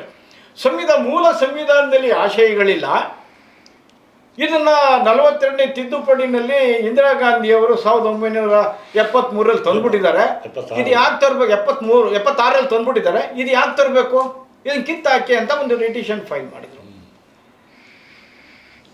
ಆ ಪಿಟಿಷನ್ ನಲ್ಲಿ ಮಾಡಿ ಸರ್ಕಾರ ನೀವು ಮಾಡಬೇಕು, ಸರ್ಕಾರಕ್ಕೆ ಅದರಲ್ಲಿ ಆ petition ನಲ್ಲಿ- ಆಗೋದಿಲ್ಲ, ಯಾಕಂದ್ರೆ ಅದ್ರ power has not been vested in the judiciary. It's only parliament has to do it. ಅಲ್ಲಿ ಮಾಡ್ಕೊಳ್ಳಿ, petition not maintainable ಅಂತ. ಜಡ್ಜ್ಮೆಂಟ್ ಕೊಡುತ್ತೆ ಅಂದ್ರೆ ನಾಟ್ ಮೇಂಟೈನಬಲ್ ಅಂತ ನೋಡಿ. ಕರೆಕ್ಟ್ ಅದು. ಈ ಶಬ್ದದಲ್ಲಿ ತಪ್ಪೇನಿದೆ? ಸಂವಿಧಾನದ ಆಶಯಗಳೇ ಈ ಎರಡು ಶಬ್ದಗಳಲ್ಲಿದೆ.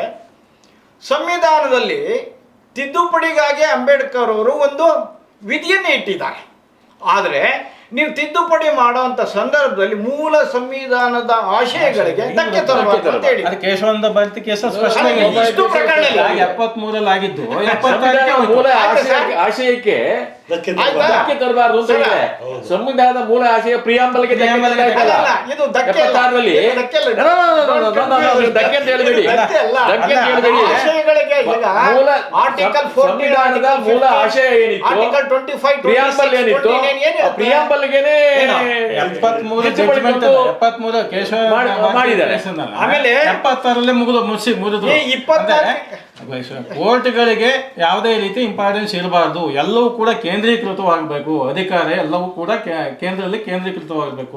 ಇದನ್ನ ನಮ್ಮ ರಾಜ್ಯವರು ಒಪ್ಕೋತಾರೆ. ಆ ಎಮರ್ಜೆನ್ಸಿಯಲ್ಲಿ ಆಗಿರ್ತಕ್ಕಂಥ ಅವಾಂತರಗಳನ್ನ ಪ್ರಸ್ತಾಪನೆ ಈ ಎರಡು ಪದಗಳ ವಿಚಾರ ಇಲ್ಲಿ ಅಲ್ಲೇ ಆಗಿರ್ತಕ್ಕಂಥ ಅವಾಂತರಗಳನ್ನ ನೀವು ಒಪ್ಕೊಳ್ತೀರಾ? 42ನೇ ತಿದ್ದುಪಡಿ 44ನೇ ತಿದ್ದುಪಡಿ ನೀವ್ಯಾಕೆ ಮಾಡಲಿಲ್ಲ?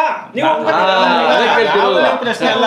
ನಾವು 44ನೇ ತಿದ್ದುಪಡಿ ಮಾಡಿ ನಿಮ್ಮ ಕೈಲೇ ಇತ್ತಲ್ಲ. 1973ರಲ್ಲಿ ಫುಲ್ ಬೆಂಚ್ ಡಿಸಿಷನ್ ಏನಿದು ಬಂತಲ್ಲ, Keshavananda Bharati versus state of Kerala ಕೇಸಲ್ಲಿ ಬಂತಲ್ಲ, ಸಂವಿಧಾನಿಕ ವಿಚಾರದಲ್ಲಿ ಬಂದಂತ ಇದು ಪ್ರಕರಣ. ಅದು ಆ ಸಂವಿಧಾನಿಕ ಪ್ರಕರಣದಲ್ಲಿ ಇವತ್ತಿನವರೆಗೂ ಕೂಡ 73ರಿಂದ ಇವತ್ತಿನವರೆಗೂ ಉಲ್ಲಂಘನೆ ಮಾಡ್ತಕ್ಕಂಥ ಪ್ರಯತ್ನವನ್ನ ಯಾವುದೇ ಸರ್ಕಾರ ಮಾಡಿಲ್ಲ. 76ರಲ್ಲಿ ಇದೆ ಆಯ್ತು. ಅದು ನೋಡಿ, 76ರಲ್ಲಿ ಈ ಹೋಯ್ತು.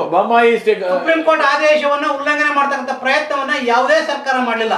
ಜೊತೆಗೆ ಬೊಮ್ಮಾಯಿ ಕೇಸ್ ಬರೋವರೆಗೆ ಕಾಂಗ್ರೆಸ್ನವರು ಈ ದೇಶದಲ್ಲಿ ಯಾವ್ಯಾವ ಸರ್ಕಾರವನ್ನ ವಜಾ ಮಾಡಿದ್ರು, ಹೇಗೆ ವಜಾ ಮಾಡಿದ್ರು, ಹೇಗೆ ವಜಾ ಮಾಡಿದ್ರು, ರಾಮರಾವ್ ಸರ್ಕಾರದಿಂದ ಹಿಡಿದು ತಮಿಳುನಾಡಿಂದ ಹಿಡಿದು ಕರ್ನಾಟಕದ ಬೊಮ್ಮಾಯಿ ಸರ್ಕಾರದಿಂದ ಹಿಡಿದು ಎಲ್ಲ ಸರ್ಕಾರಗಳನ್ನ ಕಾಂಗ್ರೆಸ್ ಸರ್ಕಾರಗಳನ್ನ ವಜಾ ಮಾಡಿರೋದನ್ನ ನಾವು ನೋಡಿದ್ದೇವೆ. ನಾವು ಸಂವಿಧಾನದ ಆಶಯಕ್ಕೆ ವಿರುದ್ಧವಾಗಿ 1976ರಲ್ಲಿ ಇಂದಿರಾ ಗಾಂಧಿ ಅವರು ಅಪ್ರಜಾಪ್ರಭುತ್ವ ಹಿನ್ನೆಲೆಯಲ್ಲಿ ಇವನ್ ಅಮೆಂಡ್ಮೆಂಟ್ ಮಾಡಿದ್ರು ಅಂತ ಹೇಳ್ತಾ ಇದ್ದಾರೆ.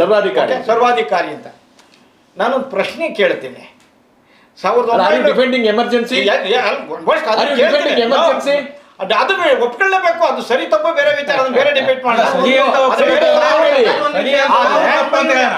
ಈಗ ಮೊನ್ನೆ 23ರಲ್ಲಿ 172 ಜನ ಸಂಸದರನ್ನ ಹೊರಗಿಟ್ಟು ನೀವು ಈ ದೇಶಕ್ಕೆ ಬಂಡವಾಳಶಾಹಿಗಳಿಗೆ ಅನುಕೂಲ ಆಗುವಂತ ಕಾನೂನು ಮಾಡಿಕೊಟ್ರಲ್ಲ, ಸ್ಟೇಟ್ ಶೆಡ್ಯೂಲಲ್ಲಿ ಇರ್ತಕ್ಕಂಥ ತಗೊಂಡೋಗಿ ಸೆಂಟ್ರಲ್ ಶೆಡ್ಯೂಲ್ಗೆ ಹಾಕೊಂಡು ಭೂಮಾಲೀಕರಿಗೆ ಅನುಕೂಲ ಮಾಡಿಕೊಟ್ರಲ್ಲ, ರೈತರನ್ನ ಬೀದಿಗೆ ತಂದ್ರಲ್ಲ, ಕಾರ್ಮಿಕರನ್ನ ಬೀದಿಗೆ ಪ್ರಶ್ನೆ ಮಾಡ್ತಾ ಇಲ್ಲ. ಈಗ 76ರಲ್ಲಿ ನೀವು ಅಪ್ರಜಾಪ್ರಭುತ್ವಾತ್ಮಕವಾಗಿ ಇಂದಿರಾ ಗಾಂಧಿ ಮಾಡ್ಬಿಟ್ರು ಅಂತ ಹೇಳ್ತಾ ಇದ್ದೀರಿ. ನೀವು ಮಾಡಿದ್ದೇನು? ಯಾರು ತಪ್ಪು ಮಾಡಿದ್ರು ಸಂವಿಧಾನ, ನಾನು ಹೇಳ್ತೇನೆ, ಸಂವಿಧಾನದಲ್ಲಿ ಆಶಯನೇ ಇರಲಿಲ್ಲ ಅಂತ ಅಣ್ಣಪ್ಪನವ್ರು ಹೇಳಿದ್ರು. ನಾನು ಅದೇ ಪ್ರಶ್ನೆ ಅಣ್ಣನ ಬರೀ ಕೇಳ್ತೀನಿ. ನಿಮ್ಮ 104ನೇ ತಿದ್ದುಪಡಿ ಇದೆಯಲ್ಲ, ಏನು EWS ಮೀಸಲಾತಿ, ಇದು ಸಂವಿಧಾನಾತ್ಮಕವಾದ ಒಂದು ರಾಜು ನೋಡಿ. ಒಂದು ಸುಪ್ರೀಂ ಕೋರ್ಟ್ ಪದೇ ಪದೇ ಹೇಳಿದೆ, EWS ಮೀಸಲಾತಿ ಸರ್ಕಾರ ನೇರ ಮಾಡಿದ್ದಲ್ಲ. ಸುಪ್ರೀಂ ಕೋರ್ಟ್ ಹಲವಾರು ಬಾರಿ ಹೇಳಿದೆ. ನೀವು ಸುಪ್ರೀಂ ಕೋರ್ಟ್ ನ ಧಿಕ್ಕರಿಸ್ತಾ ಇದ್ದೀರಿ. ಒಂದು ಎರಡನೇದು, ಇವತ್ತು ಅದು ಬಿಡಿ. ನೋಡಿ ಇವತ್ತು ನೋಡಿ, ಇವತ್ತು ಈ ಎರಡು ಪದಗಳಿಗೆ ಹೆಚ್ಚು ಸೀಮಿತಗೊಳ್ಳ ರಾಜ್ಯ ಮತ್ತೆ ಅಲ್ಲ, ರಾಜ್ಯ ಹಲವಾರು ರಾಜ್ಯಗಳ ಹೈಕೋರ್ಟ್ ಮತ್ತೆ ಸುಪ್ರೀಂ ಕೋರ್ಟ್ ಪದೇ ಯೂನಿಫಾರ್ಮ್ ಸಿವಿಲ್ ಕೋಡ್ ತರಬೇಕು, ಅದ್ರ ಬಗ್ಗೆ ಕ್ರಮ ತಗೋಬೇಕು ಅಂತೇಳಿ ಸಾಕಷ್ಟು ಒತ್ತಾಯಗಳು ಬಂದ ನಂತರ ಯೂನಿಫಾರ್ಮ್ ಸಿವಿಲ್ ಕೋಡ್ ಬಂದಿದೆ. ಅದನ್ನು ತರಲಿಕ್ಕೆ ಪ್ರಸ್ತಾಪನೆ ಆಗಿದೆ. ಸೊ ಹಾಗಾಗಿ ಯೂನಿಫಾರ್ಮ್ ಸಿವಿಲ್ ಕೋಡ್ ಬಂದಾಗ ಎಲ್ಲರೂ ಸಮಾನತೆ ಅಲ್ಲ ಬರುತ್ತೆ. ಸಮಾನತೆ ಅಲ್ಲಿ ಯೂನಿಫಾರ್ಮಲ್ ಮೂಲ ಸಿವಿಲ್ ಕೋಡ್ ಅಂತ ಅಂಬೇಡ್ಕರ್ ಹೇಳ್ತಾರೆ. ಅವರ ಸಿದ್ಧಾಂತದ ನಾನು ಸಮಾನತೆ, ಹೇಳ್ತೀನಿ, ಎಲ್ಲರಿಗೂ ಯಾಕೆ ಸಮಾನ ಕಾನೂನು, ಎಲ್ರಿಗೂ ಒಂದೇ ಕಾನೂನು ಬಂದಾಗ ಅಂಬೇಡ್ಕರ್ ಅವರ ಸಿದ್ಧಾಂತ CCA NRA ಏನ್ ಹೇಳುತ್ತೆ? ಚರ್ಚೆ ಬೇಡ ಸರ್ ಅದು. NRA ಅಲ್ಲ. ಈಗ ನಾವು ಸೀಮಿತವಾಗಿ ನೋಡಿ. ಈಗ ಸಮಾಜವಾದ ಎಲ್ರಿಗೂ ಸಮಾನ ನ್ಯಾಯ ಬರಬೇಕು ಅಂತಂದ್ರೆ ಈಗ ಎರಡು ಪದಗಳ ವಿಚಾರಕ್ಕೆ ನಾವು ಪೀಠಿಕೆನಲ್ಲಿ ತಂದಿದ್ದು ಸರಿನೋ ಅಥವಾ ತೆಗಿಬೇಕಾದ ಅವಶ್ಯಕತೆ ಇದೆಯೋ ತೆಗೆದಲ್ಲಿದ್ರೆ ಸರ್, ನಾನು ಇದನ್ನ ಕನ್ಕ್ಲೂಡ್ ಮಾಡ್ಬಿಡ್ತೀನಿ ಸರ್. ಯಾಕೆಂದ್ರೆ ಎರಡೂ ಪದಗಳು ಭಾರತದ ಸಂವಿಧಾನದಲ್ಲಿ ಇವರು ಯಾಕೆ ಪುನಃ ಪುನಃ ಪುನಃ ಪುನಃ ಪುನಃ ಈ ಶಬ್ದದ ಬಗ್ಗೆ ಚರ್ಚೆ ನಡೆಸ್ತಾ ಇದ್ದಾರೆ ಅಂತಂದ್ರೆ, ಒಂದು, ಈ ದೇಶ ಹಿಂದೂ ರಾಷ್ಟ್ರ ಆಗಬೇಕು. ಎರಡನೇದು, ಇದು ನಮ್ಮ ಸಂಸ್ಕೃತಿ ಅಲ್ಲ, ಇದು ನಮ್ಮ ನಾಗರಿಕತೆ ತಕ್ಕಿದ್ದಲ್ಲ ಅಂತ ಹೇಳ್ತಾರಲ್ಲ. ಇವ್ರ ನಾಗರಿಕತೆ ಯಾವುದು, ಇವ್ರ ಸಂಸ್ಕೃತಿ ಯಾವುದು? ಇವ್ರ ನಾಗರಿಕತೆ ಮತ್ತು ಇವ್ರ ಸಂಸ್ಕೃತಿ ಮನುಧರ್ಮಶಾಸ್ತ್ರ. ಮತ್ತೊಮ್ಮೆ ಮನುಧರ್ಮಶಾಸ್ತ್ರವನ್ನ ಹೇರೋ ಮೂಲಕ ಈ ದೇಶದ ಬಹುಸಂಖ್ಯಾತ ಜನರನ್ನ ಗುಲಾಮರಾಗಿ ಮಾಡ್ಕೋಬೇಕು, ಇವರು ಪ್ರಭುತ್ವವನ್ನ ಇವರು ವಶದಲ್ಲಿ ಇಟ್ಕೋಬೇಕು ಅಂತಕ್ಕಂಥದ್ದು ಇವರು ಹುನ್ನಾರ. ಇದು ಒಬ್ಬ ಭಾರತೀಯ ಜನಕ್ಕೆ ಗೊತ್ತಾಗಿದೆ. ಮನುಧರ್ಮಶಾಸ್ತ್ರ ಅನ್ನೋದು ಹಳೆ ಕಾಲದಲ್ಲಿ ಹೇಳ್ಕೊಂಡು ಬಿಜೆಪಿ ಸಂಘ ಪರಿವಾರ ವಿರೋಧ ಮಾಡಬೇಕು ಅನ್ನೋಕೆ ಅಷ್ಟೇ ಕಾರಣಕ್ಕೆ ಹೇಳ್ಕೊಂಡು ಅದರಲ್ಲಿ ಯಾವುದೇ ಪದಗಳನ್ನ ತೆಗೆಯೋದ್ರಿಂದ ಮಾತಾಡ್ತಾರೆ. ಈ ದೇಶದ ಎರಡು ಶತ್ರುಗಳು ಯಾವುದು ಅಂದ್ರೆ, ಒಂದು ಈ ದೇಶದ ವೈದಿಕತೆ, ಇನ್ನೊಂದು ಈ ದೇಶದ ಬಂಡವಾಳ ಎಷ್ಟು ವರ್ಷದಿಂದ ವೈದಿಕ ಶಾಹಿ ಮೊದಲನೇದು ದೇಶದ ಈವನ್ ಟುಡೇ ಬಾಬಾ ಸಾಹೇಬ್ ಅಂಬೇಡ್ಕರ್ ಅವರನ್ನ ತಿರುಚಿದ್ದನ್ನ ವಿರೋಧ ಮಾಡದೇ ಇರ್ತಕ್ಕಂಥದ್ದು ಒಂದು ಇನ್ನೊಂದು ದುರಂತ ಈ ದೇಶದ ದುರಂತ. ಸರ್, ಈಗ ಈ ವಿಷಯಕ್ಕೆ ಬರೋಣ ಸರ್. ಇವತ್ತು ಅಂಬೇಡ್ಕರ್ ಸಂವಿಧಾನ ಅಂತ ಹೇಳ್ತೀವೋ ಇಂದಿರಾ ಗಾಂಧಿ ಸಂವಿಧಾನ ಅಂತ ಹೇಳ್ಬೇಕು ನಾವೀಗ ಅದನ್ನ. ಒಂದು ನಿಮಿಷ ಪ್ಲೀಸ್, ದಯವಿಟ್ಟು ರಾಜಕೀಯಕ್ಕೆ ಹೋಗ್ತಾ ಇದ್ದ ವಿಚಾರ ಬೇಡ. ಎರಡು ಪದಗಳಿಗೆ ನಾನು ಕಾರಣ ಹೇಳ್ತೀನಿ. ಈ ಎರಡು ಪದಗಳನ್ನ ಸಾಂವಿಧಾನಿಕ ಪದಗಳು ಅಂತೇಳಿ ನಾವು ಅಕ್ಸೆಪ್ಟ್ ಮಾಡ್ಕೊಂಡಿದೀವಲ್ವಾ. ನಾನು ಆಗಲೇ ಹೇಳಿದಾಗೆ 76ರಲ್ಲಿ ಅಮೆಂಡ್ಮೆಂಟ್ ಆದ ನಂತರ 70, 80, 85, 90, 95 ನೀವೇನು 2014ರವರೆಗೆ ಈ ವಿಚಾರಗಳು ಚರ್ಚೆಗಿದ್ವಾ? 2014ರವರೆಗೆ ನಾನು ನಿಮಗೆ ಕೇಳ್ತಾ ಇರ್ತಕ್ಕಂಥದ್ದು ಈ ವಿಚಾರ ಚರ್ಚೆಗೆ ಯಾವತ್ತಾರು ಬಂದಿದ್ವಾ? 2014ಕ್ಕೂ ಮುಂಚೆನೆ ಭಾರತೀಯ ಒಂದ್ ನಿಮಿಷ ಎನ್ಎಪಿ ಭಾರತೀಯ ಜನತಾ ಪಕ್ಷದ ಜಾರಿನಲ್ಲಿ ಇತ್ತಲ್ವಾ? ಜನತಾ ಪಕ್ಷದ ಮುಖಂಡರುಗಳು ಇದ್ರು. ಎಷ್ಟು ತಿಂಗಳಿತ್ತು? ಯಾರಾದ್ರೂ ಒಬ್ರು ಅಧಿಕಾರದಲ್ಲಿ ಕೇಳ್ತಾರೆ. ಜನತಾ ಪಾರ್ಟಿ ಅಧಿಕಾರ ಎಷ್ಟು ದಿನ ಇತ್ತು ಸರ್? ಪಕ್ಷ ಇತ್ತು. ಎಷ್ಟು ಜನ ಪಕ್ಷ ಇತ್ತು? ಬಿಜೆಪಿ ಮುಖಂಡರು ಯಾವತ್ತಾರು ವಿರೋಧಿಸಿದ್ರ?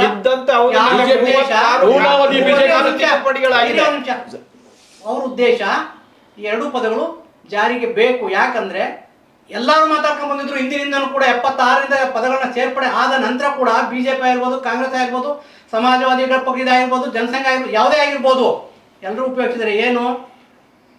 ಧರ್ಮ ಮತ್ತು ರಾಜಕೀಯ. ಏನು ಧರ್ಮದಲ್ಲಿ ರಾಜಕೀಯ ಇರಬಾರ್ದು, ಧರ್ಮದಲ್ಲಿ ರಾಜಕೀಯ ಇರಬಾರ್ದು. ಮೀಸಲಾತಿ ಬಂದಾಗ ಜಾತಿ ಬೇಕು, ರಾಜಕೀಯದ ಧರ್ಮ ಇರಬೇಕು. ಮೀಸಲಾತಿ ಬಂದಾಗ ಜಾತಿ ಬೇಕು ಅಲ್ವಾ? ಇದೇ ಆದ್ಮೇಲೆ ನೀವು ಕೂಡ ಪ್ರಜಾಪ್ರಭುತ್ವ ರಾಷ್ಟ್ರವಾಗಿ ಬೆಳ್ಕೊಂಡು ಬಂದ್ರಿ ಅಲ್ಲ. 14ರವರೆಗೂ ಈ ಪದ ಜಾರಿನಲ್ಲಿ ಇರಲಿಲ್ಲ. 14ರ ನಂತರ ಹುಟ್ಟುತ್ತೆ ಇದು. ಯಾಕೆ? ಇವರಿಗೆ ದೇಶದಲ್ಲಿ ನಿರಂತರವಾಗಿ ದೇಶದ ತುಂಬ ಇರ್ತಕ್ಕಂಥ ಎಲ್ಲ ರಾಜ್ಯಗಳಲ್ಲೂ ಬಿಜೆಪಿ ಮಾತ್ರ ಇರಬೇಕು. ಏನ್ ಮಾಡಬೇಕು? ಯಾವುದೇ ಸಾಧನೆಗಳನ್ನ ಮಾಡಲಿಲ್ಲ ಬಿಜೆಪಿ. ಸಾಧನೆ ಮಾಡಿದ್ರೆ ಸಾಧನೆಗಳು ಹೇಳ್ಕೊಂಡು ಅಧಿಕಾರಕ್ಕೆ ಬರ್ತಾ ಇದ್ರು. ಯಾವುದೇ ಸಾಧನೆ ಮಾಡದೇ ಇರೋದ್ರಿಂದ ಸಮಾಜವನ್ನ ಒಡಿಬೇಕು, ಸುಳ್ಳನ್ನ ಬಿತ್ತಬೇಕು. ರಾಜಕೀಯ ಮಾಡೋದಂದ್ರೆ ದೇಶವನ್ನ ಹಾಳು ಮಾಡಿರೋದು ಬಿಟ್ರೆ ಅಭಿವೃದ್ಧಿ ಮಾಡಲಿಲ್ಲ. ಇವತ್ತು ರಿಸರ್ವೇಶನ್ ಬೇಕು, ಅದು ಬೇಕು, ಇದು ಬೇಕು, ಬೇಡ.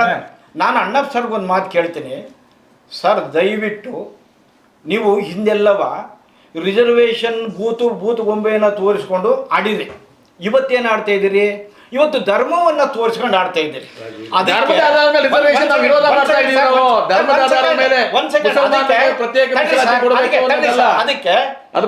ಕಾಂಗ್ರೆಸ್ನವರು ಇವತ್ತು ನೋಡಿ 2015ರಿಂದ ಯಾಕೆ ಬೆದರುಗೊಂಬೆ ಬಿಟ್ರು? 2015ರಿಂದ ಈಚೆಗೆ ನಮ್ಮ ಸಂವಿಧಾನ ಹೇಳೋದು ಅದನ್ನೇ, ನಿರಪೇಕ್ಷತೆ ಹೇಳ್ತಾರೆ. ರಾಜಕಾರಣದಲ್ಲಿ ಧರ್ಮವನ್ನ ಬೆರೆಸಬಾರದು. ಧರ್ಮ 2015ರಿಂದ ಪ್ರಭುತ್ವ ಅಲ್ಲಿವರೆಗೆ ಕಾಂಗ್ರೆಸ್ ಸರ್ಕಾರ ಇತ್ತು. ಇದ್ರ ಮಧ್ಯದಲ್ಲಿ ಅಟಲ್ಜಿ ಸರ್ಕಾರ ರಾಜು ಅವರೇ ಎಂಟ್ರಿ ಆಗಬಾರ್ದು, ಯಾವುದೇ ಧರ್ಮಕ್ಕೆ ಪ್ರಾಶಸ್ತ್ಯ ಕೊಡಬಾರ್ದು ಅಂತಕ್ಕಂಥದ್ದು ನಮ್ಮ ನಿರಪೇಕ್ಷತೆವಾದ. ಆದ್ರೆ 2014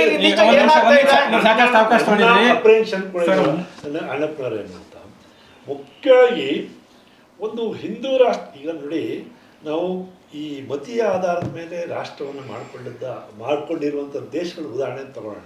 ನೀವು ಅರಬ್ ದೇಶಗಳಲ್ಲಿ ಈ ಪಾಕಿಸ್ತಾನ ಕೂಡ Islamic countries Islamic countries Islamic country even Hindu country Nepal ಏನಾಗಿದೆ ಇವತ್ತು ಡೆಮಾಕ್ರೆಟಿಕ್ ಒಪ್ಕೊಂಡಿದೆ. ಡೆಮಾಕ್ರೆಟಿಕ್ ಹಿಂದೂ ರಾಷ್ಟ್ರ ಅಂತಿರ್ತಕ್ಕಂಥ ನೇಪಾಳ ಇವತ್ತು ಡೆಮಾಕ್ರೆಟಿಕ್ ಕಂಟ್ರಿ ಒಪ್ಕೊಂಡಿದೆ. ರಾಜಪ್ರಭುತ್ವ ಇಟ್ಕೊಂಡಿರುವಂತ ದೇಶಗಳಲ್ಲಿ ಇರೋ ಸಂದರ್ಭದಲ್ಲಿ ನಮಗೆ ಅವ್ರ ಆದರ್ಶ ಆಗಬಾರ್ದು ಅಂತ ನಾವು ಮುಂದಕ್ಕೆ ನಮ್ಮದು ಅವರು ಮತೀಯ ರಾಷ್ಟ್ರ ಮಾಡ್ಕೊಂಡಿದ್ದಾರೆ ಅಂತ ನಾವು ಮತೀಯ ರಾಷ್ಟ್ರ ಮಾಡ್ಕೊಂಡು ಹೋಗುವಂಥದ್ದು ಆಗಬಾರ್ದು. ನಾವು ಮುಂದಕ್ಕೆ ಹೋಗುವಂತ ಯೋಚನೆ ನಮ್ಮ ಕಲ್ಚರ್ ಅಲ್ಲೇನೆ ಬಂದಿದೆ. ಯಾವತ್ತು ಜಾತಿಗಳನ್ನ ಧರ್ಮಗಳನ್ನ ವಿರೋಧ ಮಾಡ್ಕೊಂಡು ಬಂದಂತದ್ದಲ್ಲ.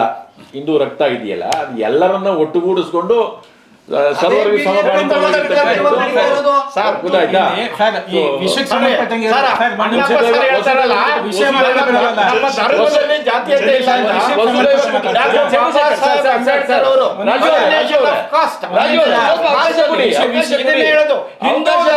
ಬಂಡವಾಳ ಯಾವುದು ಅಂದ್ರೆ ಜಾತೀಯತೆ,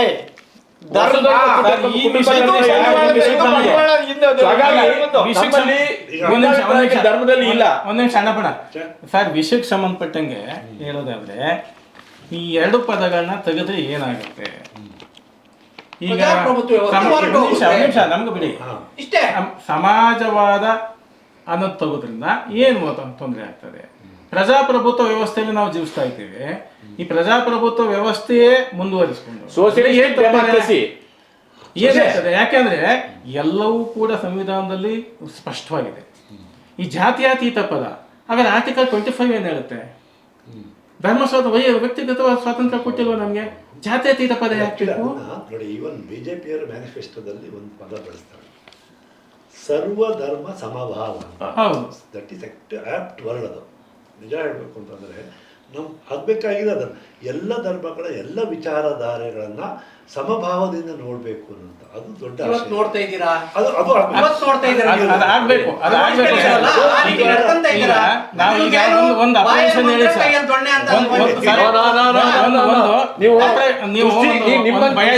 ಮಾಡ್ತಾ ಇಲ್ಲ. ಒಂದು ಅಪ್ಲಿಕೇಶನ್ ಒಂದು ಹಿಂದೂ ರಾಷ್ಟ್ರ ಆಗುವ ಅನ್ನೋ ಭಯ ಇದೆ ಅಂತ ಹೇಳಿ ಸರ್, ಸಂದರ್ಭ ಬಂದಾಗ ಅದಕ್ಕೆ ಈಗೇನಾಯ್ತು, ಎಮರ್ಜೆನ್ಸಿ ಡಿಕ್ಲೇರ್ ಆದಾಗ ಏನಾಯ್ತು? ಇಡೀ ದೇಶಾದ್ಯಂತ ಎಲ್ಲರೂ ಕೂಡ ಜೈಲಿಗೆ ಹೋದ್ರು, ಸಾವಿರ ಸತ್ರು, ಆಸ್ತಿ ಕಳ್ಕೊಂಡ್ರು, ಹೋರಾಟ ಮಾಡಿದ್ರಿಂದ 2 ವರ್ಷದ ರಿಸಲ್ಟ್ ಬಂತು. 70 ಹೌದಲ್ವಾ? 77ರಲ್ಲಿ ನಾವು ಅದನ್ನ ಕಂಡುಕೊಂಡಿದ್ವಿ. ಈ ಅಂತ ಸಂದರ್ಭ ಬಂದಾಗ ಈಗಿನ ಸಂದರ್ಭದಲ್ಲಿ ಆ ಎಮರ್ಜೆನ್ಸಿ ಸಮಯದಲ್ಲಿ ಏನು ಸೇರ್ಪಡೆ ಆಗಿದೆ ಈ 2 ಪದಗಳು, ಇವು 2 ಪದಗಳು ಇಲ್ಲದೆಯೂ ಕೂಡ ಯಾಕಂದ್ರೆ ಜನಗಳ ಸಮ್ಮತಿ ಸಿಕ್ಕಿಲ್ಲ. ಅದಕ್ಕೆ ಜನಗಳು ಯಾವತ್ತೂ ಮಾನ್ಯತೆ ಕೊಟ್ಟಿದ್ದಲ್ಲ. ಇದು ಅವರ ಸರ್ವಾಧಿಕಾರದಿಂದ ಆರೋಪಿತವಾಗಿರ್ತಕ್ಕಂಥ ಸೇರ್ಪಡೆಯಾಗಿರ್ತಕ್ಕಂಥ 2 ಪದಗಳು ತೆಗೆಯೋದ್ರಿಂದ ಕೂಡ ಯಾವುದೇ ಸಮಸ್ಯೆ ಇಲ್ಲ. ಚರ್ಚೆ ಆಗಲಿ ಅಂತ ಹೇಳಿರೋದು. ಚರ್ಚೆ ಆಗಲಿ, ಈ ತರ ಚರ್ಚೆಗಳು ಪ್ರಾರಂಭ ಆಗಲಿ. ದೊಡ್ಡ ಚರ್ಚೆ ಯಾಕೆಂದ್ರೆ ಪೀಠಿಕೆಗೆ ಕೈ ಹಾಕೋ ಸಂದರ್ಭಕ್ಕೆ ಒಂದು ದೊಡ್ಡ ಚರ್ಚೆ ನೋಡಿ ಸರ್, ಈಗ ಅವಶ್ಯಕತೆ ಅದು ಸೇರ್ಪಡುತ್ತೆ ಆಗಿದ್ದು, ಅದನ್ನ ಆಮೇಲೆ ನೋಡೋಣ. ಬಟ್ ಪೀಠಿಕೆಗೆ ಕೈ ಹಾಕೋ ಸಂದರ್ಭಕ್ಕೆ ಒಂದು ದೊಡ್ಡ ಚರ್ಚೆ ಆಗಬೇಕು. ಒಂದು ಎರಡನೇದು ಒಂದು ಅಣ್ಣಪ್ಪನವರೇ, ನನಗೆ ಇದೇ ಇದು ದೊಡ್ಡ ಆತಂಕ ಇರುವಂಥದ್ದು. ಈಗ ಪ್ರಧಾನಮಂತ್ರಿಗಳು ಪದೇ ಪದೇ ಸಬ್ಕೆ ಸಾಥ್ ಸಬ್ಕೆ ವಿಕಾಸ್ ಹೇಳ್ತಾ ಬರ್ತಾರೆ. ಆದರೆ ನೀತಿನಲ್ಲಿ, ಅನುಷ್ಠಾನದಲ್ಲಿ ಸಬ್ಕೆ ಸಾಥ್ ಸಬ್ಕೆ ವಿಕಾಸ್ ಇಲ್ಲ. ಚಂದ್ರಶೇಖರ್ ಭಾಳ ಮುಕ್ತ ಮನಸ್ಸಿಂದ ಹೇಳ್ತೀವಿ ಸರ್. ಇದು ಸುಮ್ಮನೆ ನೀವು ಇದು ಇಲ್ಲ ಹೇಳ್ಬೇಡಿ. ನಾನು ಉದಾಹರಣೆ ಕೊಟ್ಟು ಮಾತಾಡೋಣ, ಸುಮ್ಮನೆ ಮಾತಾಡೋಂಥ ಮನುಷ್ಯ ಅಲ್ಲ. ಈಗ ನೀವು ಇಚ್ಛೆ ಪಡ್ತಿರೋ ಬಿಡ್ತಿರೋ ಮುಸ್ಲಿಮ್ಸು 14% 15% ಇದ್ದಾರೆ. 17 ಬೇಡ 15 ಅಂತ ಹೇಳ್ಬೇಡ. ನೀವು ಇಡೀ BJPಯ ಲೋಕಸಭಾ ಅಭ್ಯರ್ಥಿಗಳು ಮತ್ತು ವಿಧಾನಸಭಾ ಕ್ಷೇತ್ರದ ಅಭ್ಯರ್ಥಿಗಳಲ್ಲಿ ಒಬ್ಬರಿಗೂ ಸೀಟ್ ಕೊಡದೆ ನಾವು ಸಬ್ಕಾ ಸಾಥ್ ಸಬ್ಕೆ ವಿಕಾಸ್ ಅಂತ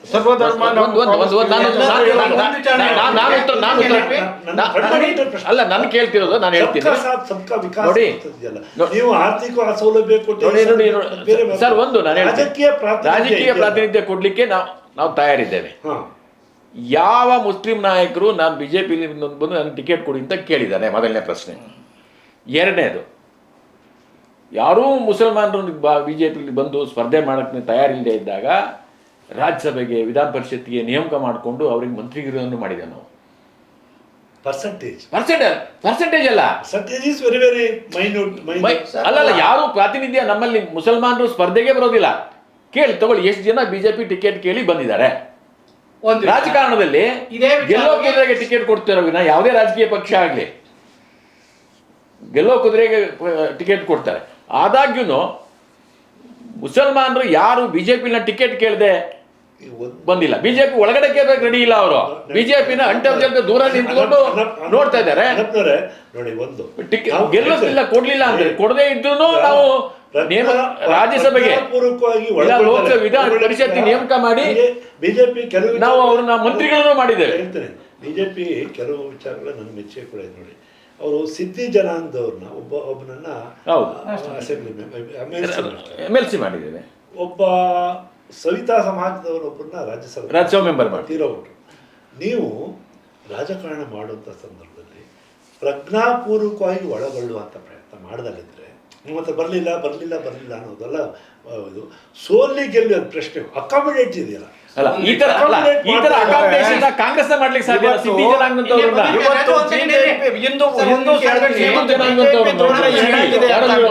ಹೇಳಿದ್ರು ಬಿಜೆಪಿ ಅವರು ಯಾರು ಕೂಡ ಎಲ್ಲ ಇಲ್ಲಿ ಒಂದು ಬಿಜೆಪಿ ಅವರು ಯಾರು ಕೂಡ ನಮಗೆ ಬಂದು ಸೀಟ್ ಕೇಳ್ತಾ ಇಲ್ಲ, ನಾವು ಅವ್ರಿಗೆ ಅಭ್ಯರ್ಥಿ ಮಾಡ್ಲಿಕ್ಕೆ ಆಗ್ತಾ ಇಲ್ಲ ಅಂತ ಹೇಳ್ತಾ ಇದ್ದಾರಲ್ವಾ. ಒಂದು ವಿಚಾರ ಹೇಳ್ತೀನಿ, ನಾವು ಟಿಕೆಟ್ ಕೊಡ್ತೀವಿ ಬನ್ನಿ ಅಂತ ಇವರೇನೋ ಕರೆದಿದ್ದಾರ? ಬೇಡ, ನೀವೇ ಹೇಳಿದ್ರಿ.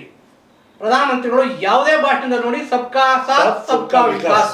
ಒಂದು ನಿಮಿಷ NAP, ಒಂದು ನಿಮಿಷ, ಲೆಟ್ ಮಿ ಕಂಪ್ಲೀಟ್. ಹೇಳಿದಿರಲ್ವಾ, ಮಣಿಪುರ 1.5-2 ವರ್ಷದಿಂದ ಹೊತ್ತಿ ಉರಿತಾ ಇದೆಯಲ್ಲ, ನೀವು ಸಬ್ಕಾ ಸಾಥ್ ಕೊಡೋರು ಏನಾದ್ರು ಮಣಿಪುರ ವಿಸಿಟ್ ಕೊಟ್ಟಿದ್ದಾರ ಪ್ರಧಾನಮಂತ್ರಿಗಳು? ಸರ್ಕಾರ ರಾಷ್ಟ್ರಪತಿ ಒಳಗೆ ತಗೊಂಡು ಸರ್ಕಾರ ವಜಾ ಮಾಡಿದ್ದೇವೆ. ಮುಂದಿಟ್ಕೊಂಡು ಸರ್ಕಾರ ವಜಾ ಮಾಡಿದ್ದೇವೆ. ಬಿಜೆಪಿ ಸರ್ಕಾರ ವಜಾ ಮಾಡಿದ್ದೇವೆ. ಅಲ್ಲಿ ಮಣಿಪುರದಲ್ಲಿರೋ ಮನುಷ್ಯರಲ್ವಾ, ಮನುಷ್ಯ ವಾಸ ಮಾಡ್ತಾ ಇಲ್ವಾ? ಅವರು ನಿಮಗೆ ಬೇಕಾಗಿಲ್ವಾ? ಭಾರತೀಯರಲ್ವಾ? ಅವರು ಪ್ರಜಾಪ್ರಭುತ್ವ ವ್ಯವಸ್ಥೆ ಒಳಗೆ ಬದುಕ್ತಾ ಇರ್ತಕ್ಕಂಥವ್ರಲ್ವಾ?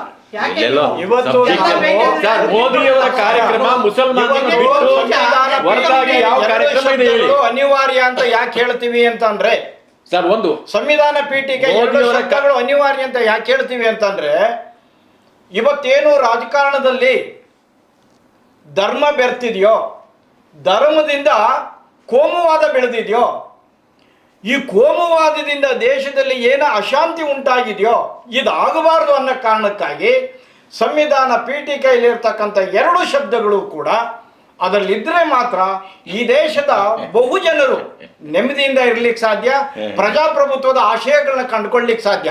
ಯಾಕೆಂದ್ರೆ ಇವರು ಪ್ರಜಾಪ್ರಭುತ್ವದ ಆಶಯಕ್ಕೆ ಧಕ್ಕೆ ತರುವಂತ ಕೆಲಸಗಳು ಮಾಡ್ತಾ ಇದ್ದಾರೆ. ಚರ್ಚೆ ಬಹುಶಃ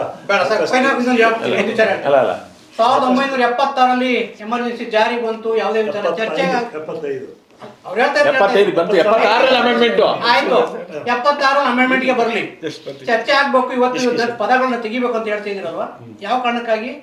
ಅವತ್ತು ನಿಮ್ಮ ಪಕ್ಷದ ಮುಖಂಡರು ಎಲ್ಲರೂ ಜೈಲಿಗೆ ಹೋಗಿದ್ರು. ನಾವು ತೆಗಿಬೇಕು ಬೇಡ ಅಂತ ಚರ್ಚೆ ಆಗ್ಲಿ ಅಂತ ಹೇಳಿರೋದು. ಇದ್ರೇನು ಇದೇ ಇದ್ರೇನು ಚರ್ಚೆ ಆಗ್ಲಿ. ಮೊದಲು ವಿಚಾರ ನಾನು ಬಿಜೆಪಿ ಅವ್ರಿಗೆ ಕೇಳ್ತೀನಿ, ಒಂದೇ ವಿಚಾರ ಯಾಕೆ ಮುಂದೆ ಹೋಗಿ ತೆಗೆದೇ ಬಿಟ್ರು ಅಂತ ಮಾತಾಡ್ಕೊಂತೀರಿ? ಒಟ್ಟು ಚರ್ಚೆ ಮುಖಾಂತರ ಇವತ್ತಿನ ಸ್ಥಿತಿನಲ್ಲಿ ದೇಶದ ಪ್ರಜಾಪ್ರಭುತ್ವ ಒಂದು ಇನ್ನೊಂದು, ಯಾಕಂದ್ರೆ ಇವತ್ತು ಪ್ರಜಾಪ್ರಭುತ್ವ ಆಶಯಗಳಿಗೆ ತುಂಬಾ ಹಾನಿ ಆಗ್ತಾ ಇದೆ. ದುಡ್ಡಿನ ಡಾಮಿನೇಷನ್ ಆಗ್ತಾ ಇದೆ. ಓಲೈಕೆ ರಾಜಕಾರಣ, ಇದನ್ನ ಓಲೈಕೆ ರಾಜಕಾರಣ ನಿಜವಾದ ಅರ್ಥದ ಪ್ರಜಾಪ್ರಭುತ್ವದ ಕಡೆ ದೇಶದ್ರೋಹಿಗಳಿಗೆ ಬೆಂಬಲ ಕೊಡ್ತಕ್ಕಂಥದ್ದು ಅದೆಲ್ಲ ಇರ್ಲೇ ಮೇಲೆ ನಿಜವಾದ ಪ್ರಜಾಪ್ರಭುತ್ವದ ಕಡೆ ತಗೊಂಡು ಹೋಗ್ಬೇಕಾದಂತ ಹೌದು ತುಂಬಾ ಇದೆ. ಯಾಕೆಂದ್ರೆ ಇವತ್ತು ಹಣ ಇಲ್ಲದೆ ಯಾರು ಗೆಲ್ಲಕ್ಕೆ ಆಗಲ್ಲ ಅನ್ನೋ ಪರಿಸ್ಥಿತಿ ನಾವು ತಂದಿಟ್ಕೊಂಡಿದ್ವಿ. ಯಾಕೆಂದ್ರೆ ಇದು ಪ್ರಜಾಪ್ರಭುತ್ವ. ನನಗೆ ತುಂಬಾ ದುಃಖ ಆಗುವಂತ ಅನೇಕ ಇವತ್ತು ಸಮಾಜದೊಳಗೆ ಎಷ್ಟೊಂದು ಈ ಪ್ರಕರಣಗಳು ನಡೀತಾ ಇದ್ದಾವೆ. ನಿನ್ನೆ ಕೂಡ ಯಾರೋ ಹೆಣ್ಮಗಳನ್ನ ದೆವ್ವ ಬಿಡಿಸ್ತೀನಿ ಅಂತ ಹೇಳಿ ಕೊಲೆ ಮಾಡುವಂತ, ಹೆಣ್ಮಗಳನ್ನು ಕತ್ತರಿಸಿ ಫ್ರಿಡ್ಜಲ್ಲಿ ತುಂಬಿಡುವಂತ, ತೀರಾ ಇನ್ನೇ ಮೊನ್ನೆ ಮದುವೆ ಆಗಿರ್ತಾಳೆ ಇದಕ್ಕೆ ಕರ್ಕೊಂಡು ಹೋಗ್ಬಿಟ್ಟು ಹನಿಮೂನಿಗೆ ಕರ್ಕೊಂಡು ಹೋಗ್ತೀನಿ ಅಲ್ಲಿ ಹೋಗಿ ಕ್ರೂರ ಮನಸ್ಸುಗಳು ಜಾಸ್ತಿ ಆಗ್ತಾ ಇದೆ.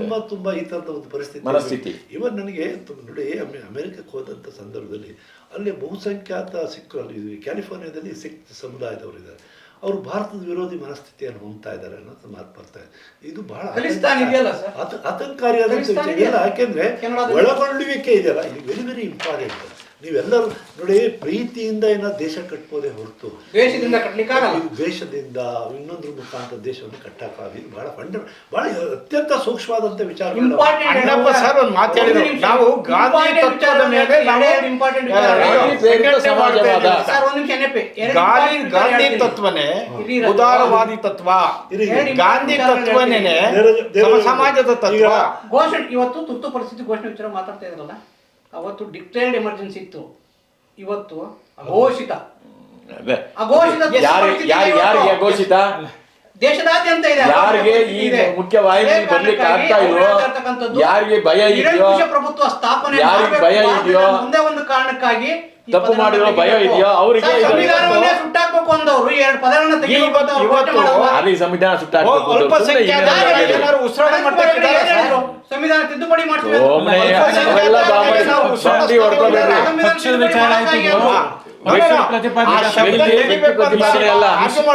ವಿಷಯಕ್ಕೆ ಸಂಬಂಧಪಟ್ಟಂಗೆ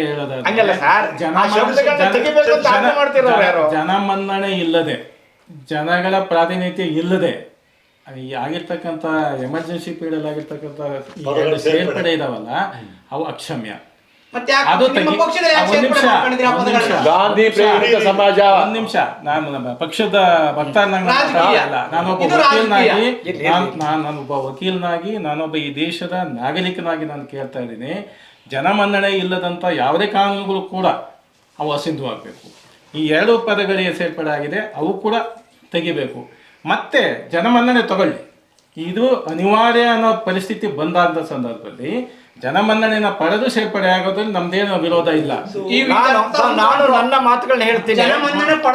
ಚಂದ್ರಶೇಖರ್ ಸರ್ ಹೇಳಿದ್ರು, ಇವತ್ತು ಏನಾದ್ರೂ ಪ್ರಜಾಪ್ರಭುತ್ವ ಉಳಿಬೇಕು ಅಂದ್ರೆ, ಪ್ರಜಾಪ್ರಭುತ್ವದ ಆಶಯಗಳು ಉಳಿಬೇಕು ಅಂದ್ರೆ, ಬಹುಸಂಖ್ಯಾತ ಜನರು ನೆಮ್ಮದಿಯಾಗಿರ್ಬೇಕು ಅಂದ್ರೆ, ಅವರು ತಮ್ಮ ಬದುಕನ್ನ ಕಟ್ಕೋಬೇಕು ಅಂತಂದ್ರೆ, ಸಂವಿಧಾನ ಈ ಪೀಠಿಕೆಯಲ್ಲಿರ್ತಕ್ಕಂಥ ಎರಡು ಶಬ್ದಗಳು ಇವು ಮತ್ತೆ ಸಂವಿಧಾನದ ಆಶಯಗಳು ಎಲ್ಲವೂ ಕೂಡ ಫಲಪ್ರದವಾಗಬೇಕು, ಅವು ಜಾರಿಯಾಗಬೇಕು.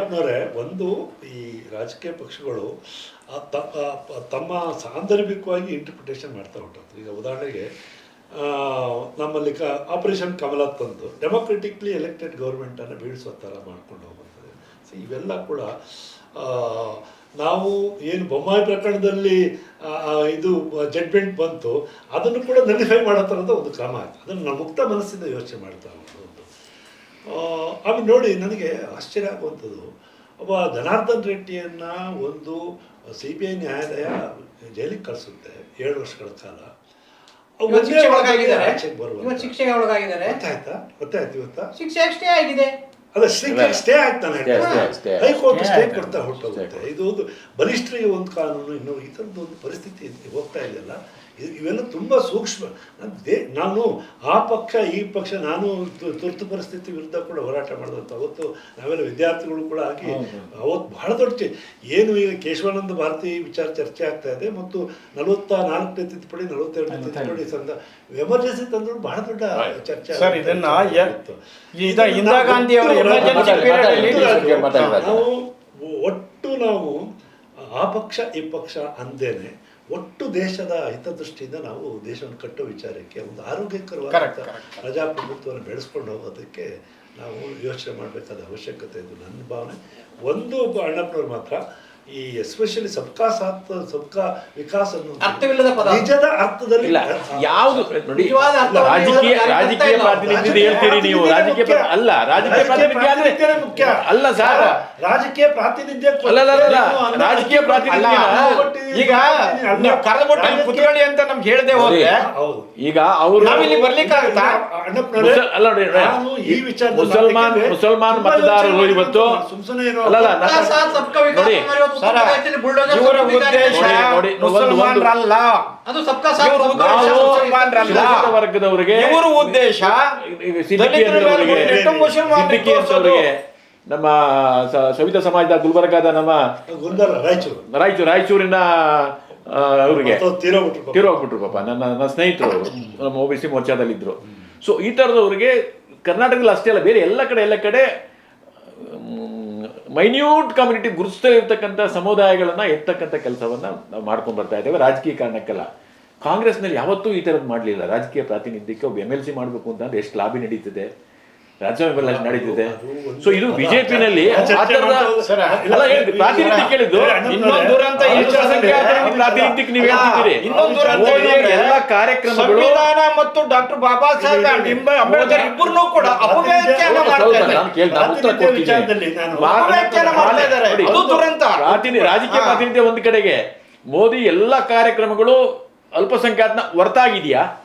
ಹೆಂಗ್ ಹೇಳ್ತಾರೆ ಸರ್ ಅಂದ್ರೆ ಎಲ್ಲಾ ಕಾರ್ಯಕ್ರಮಗಳು ಹೊರತಾಗಿಲ್ಲ ಬರ್ದಿಲ್ಲ ಅಂತ ಒಂದ್ ಕಡೆ ಹೇಳ್ತಾರೆ, ಇನ್ನೊಂದ್ ಕಡೆ ಅಂಬೇಡ್ಕರ್ ಏನಾದ್ರು ಸಂವಿಧಾನ ಬರೆದಕ್ಕಿಂತ ಚೆನ್ನಾಗಿ ಬರೀತಾ ಇದ್ರು ಅಂತ ಹೇಳ್ತಾರೆ. ಅರ್ಥ ಏನು ಅಂದ್ರೆ ಅಪವ್ಯಾಖ್ಯಾನ ಮಾಡುವಂತದ್ದು, ಸಂವಿಧಾನವನ್ನ ಅಪವ್ಯಾಖ್ಯಾನ ಮಾಡ್ತಕ್ಕಂಥದ್ದು, ಸಂವಿಧಾನ ಕರ್ತೃನ ಅಪವ್ಯಾಖ್ಯಾನ ಮಾಡ್ತಕ್ಕಂಥದ್ದು,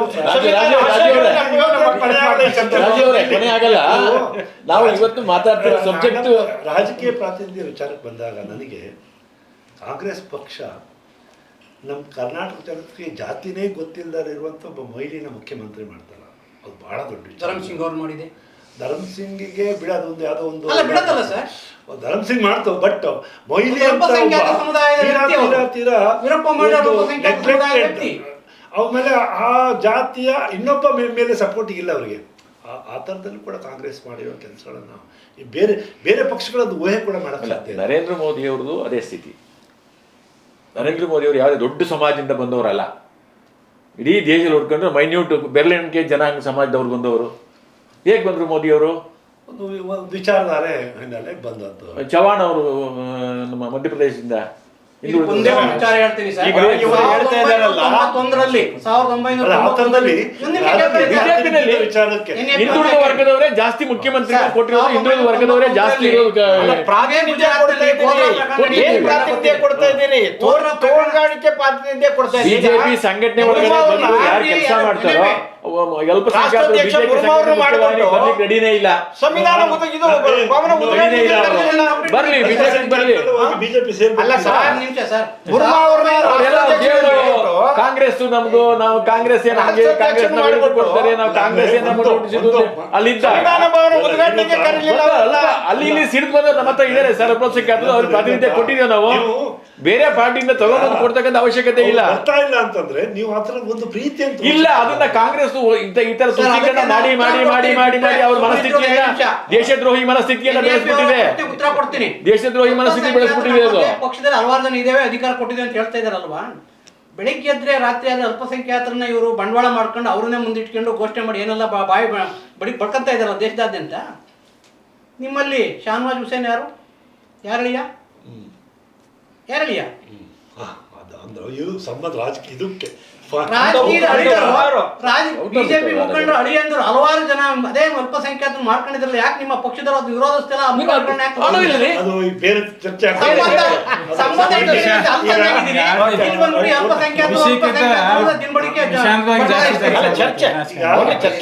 ಇವತ್ತು ನಿಮ್ಮ ಕಾಂಗ್ರೆಸ್ಸಿನ 1990 ಅತ್ಯಂತ ಪ್ರಕರಣ ಆದಾಗ ದೊಡ್ಡ ಮುಸ್ಲಿಂ ನಾಯಕರುಗಳು ಇವತ್ತು ಬಿಜೆಪಿ ಜೊತೆ ಬರ್ತಿದ್ದಾರೆ.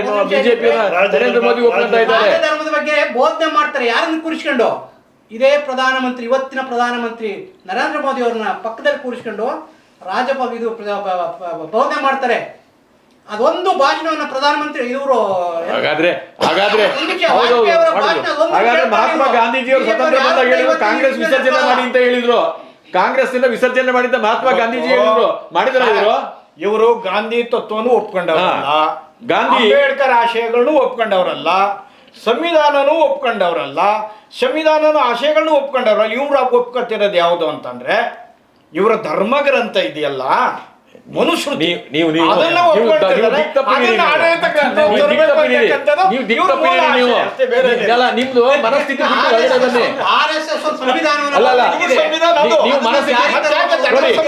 ನಿಜವಾದ ಅಂಬೇಡ್ಕರ್ ವಾದಿಗಳಾಗಿದ್ರೆ ಸಂವಿಧಾನ ಯಾಕೆ ಬರ್ತೀರಿ ನೀವು? ಧರ್ಮ ಸಂವಿಧಾನ ಯಾಕೆ ಬರ್ತೀರಿ? ನಿಜವಾದ ಅಂಬೇಡ್ಕರ್ ವಾದಿಗಳು ನೀವು ಆಗಿದ್ದಿದ್ರೆ 76ರಲ್ಲಿ ಇಂದಿರಾ ಗಾಂಧಿ ತಿದ್ದುಪಡಿ ಮಾಡಿದ್ದು ವಿರೋಧ ಮಾಡಬೇಕಾಗಿತ್ತು. ನೀವು ಮಾಡಲಿಲ್ಲ. ನೀವು ನಿಜವಾದ ಅಂಬೇಡ್ಕರ್ ವಾದಿಗಳು ವಿರೋಧ ಮಾಡಬೇಕಾಗಿತ್ತು. ಸಾಕು. ಈಗ ಇದು ನಾವು ಮೊದಲು ಹೇಳಿದ್ವಿ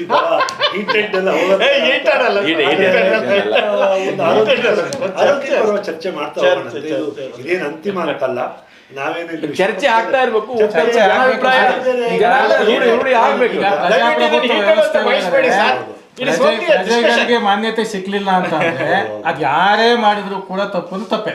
ತಮ್ಮೆಲ್ಲರಿಗೂ ಕೂಡ ಇದನ್ನ ಹೀಟೆಡ್ ಅಂತ ಭಾವಿಸ್ಬೇಡಿ. ವಿಶ್ವಪಥದಿಂದ ಒಳ್ಳೆ ಚರ್ಚೆ. ತಮಗೆ ಇದು ಸ್ವಲ್ಪ ವಿಶ್ವಪಥ ಈ ತರದ ಒಂದು ಆರೋಗ್ಯಕರ ಚರ್ಚೆಗಾಗಿ ಸ್ಥಾಪನೆ ಆಗಿರೋದು. ಇದು ಜನರ ಮಾಧ್ಯಮ ಅಂತ ನಾವು ಕರ್ಕೊಬಂದ್ವಿ, ಜನತೆಯಿಂದ ಜನತೆಗಾಗಿ ಅಂತ ನಾವು ಕರ್ಕೊಬಂದಿದ್ವಿ. ತಾವೆಲ್ಲ ಬಂದು ಇವತ್ತು ತಮ್ಮ ಅಮೂಲ್ಯವಾದಂಥ ಸಮಯವನ್ನು ನಮ್ಮ ಜೊತೆಗೆ ಕಳೆದು ತಮ್ಮ ವಿಚಾರಗಳನ್ನು ಹಂಚಿಕೊಂಡಿದ್ದೀರಿ. ತಮಗೆಲ್ಲರಿಗೂ ಧನ್ಯವಾದಗಳು. ಧನ್ಯವಾದ.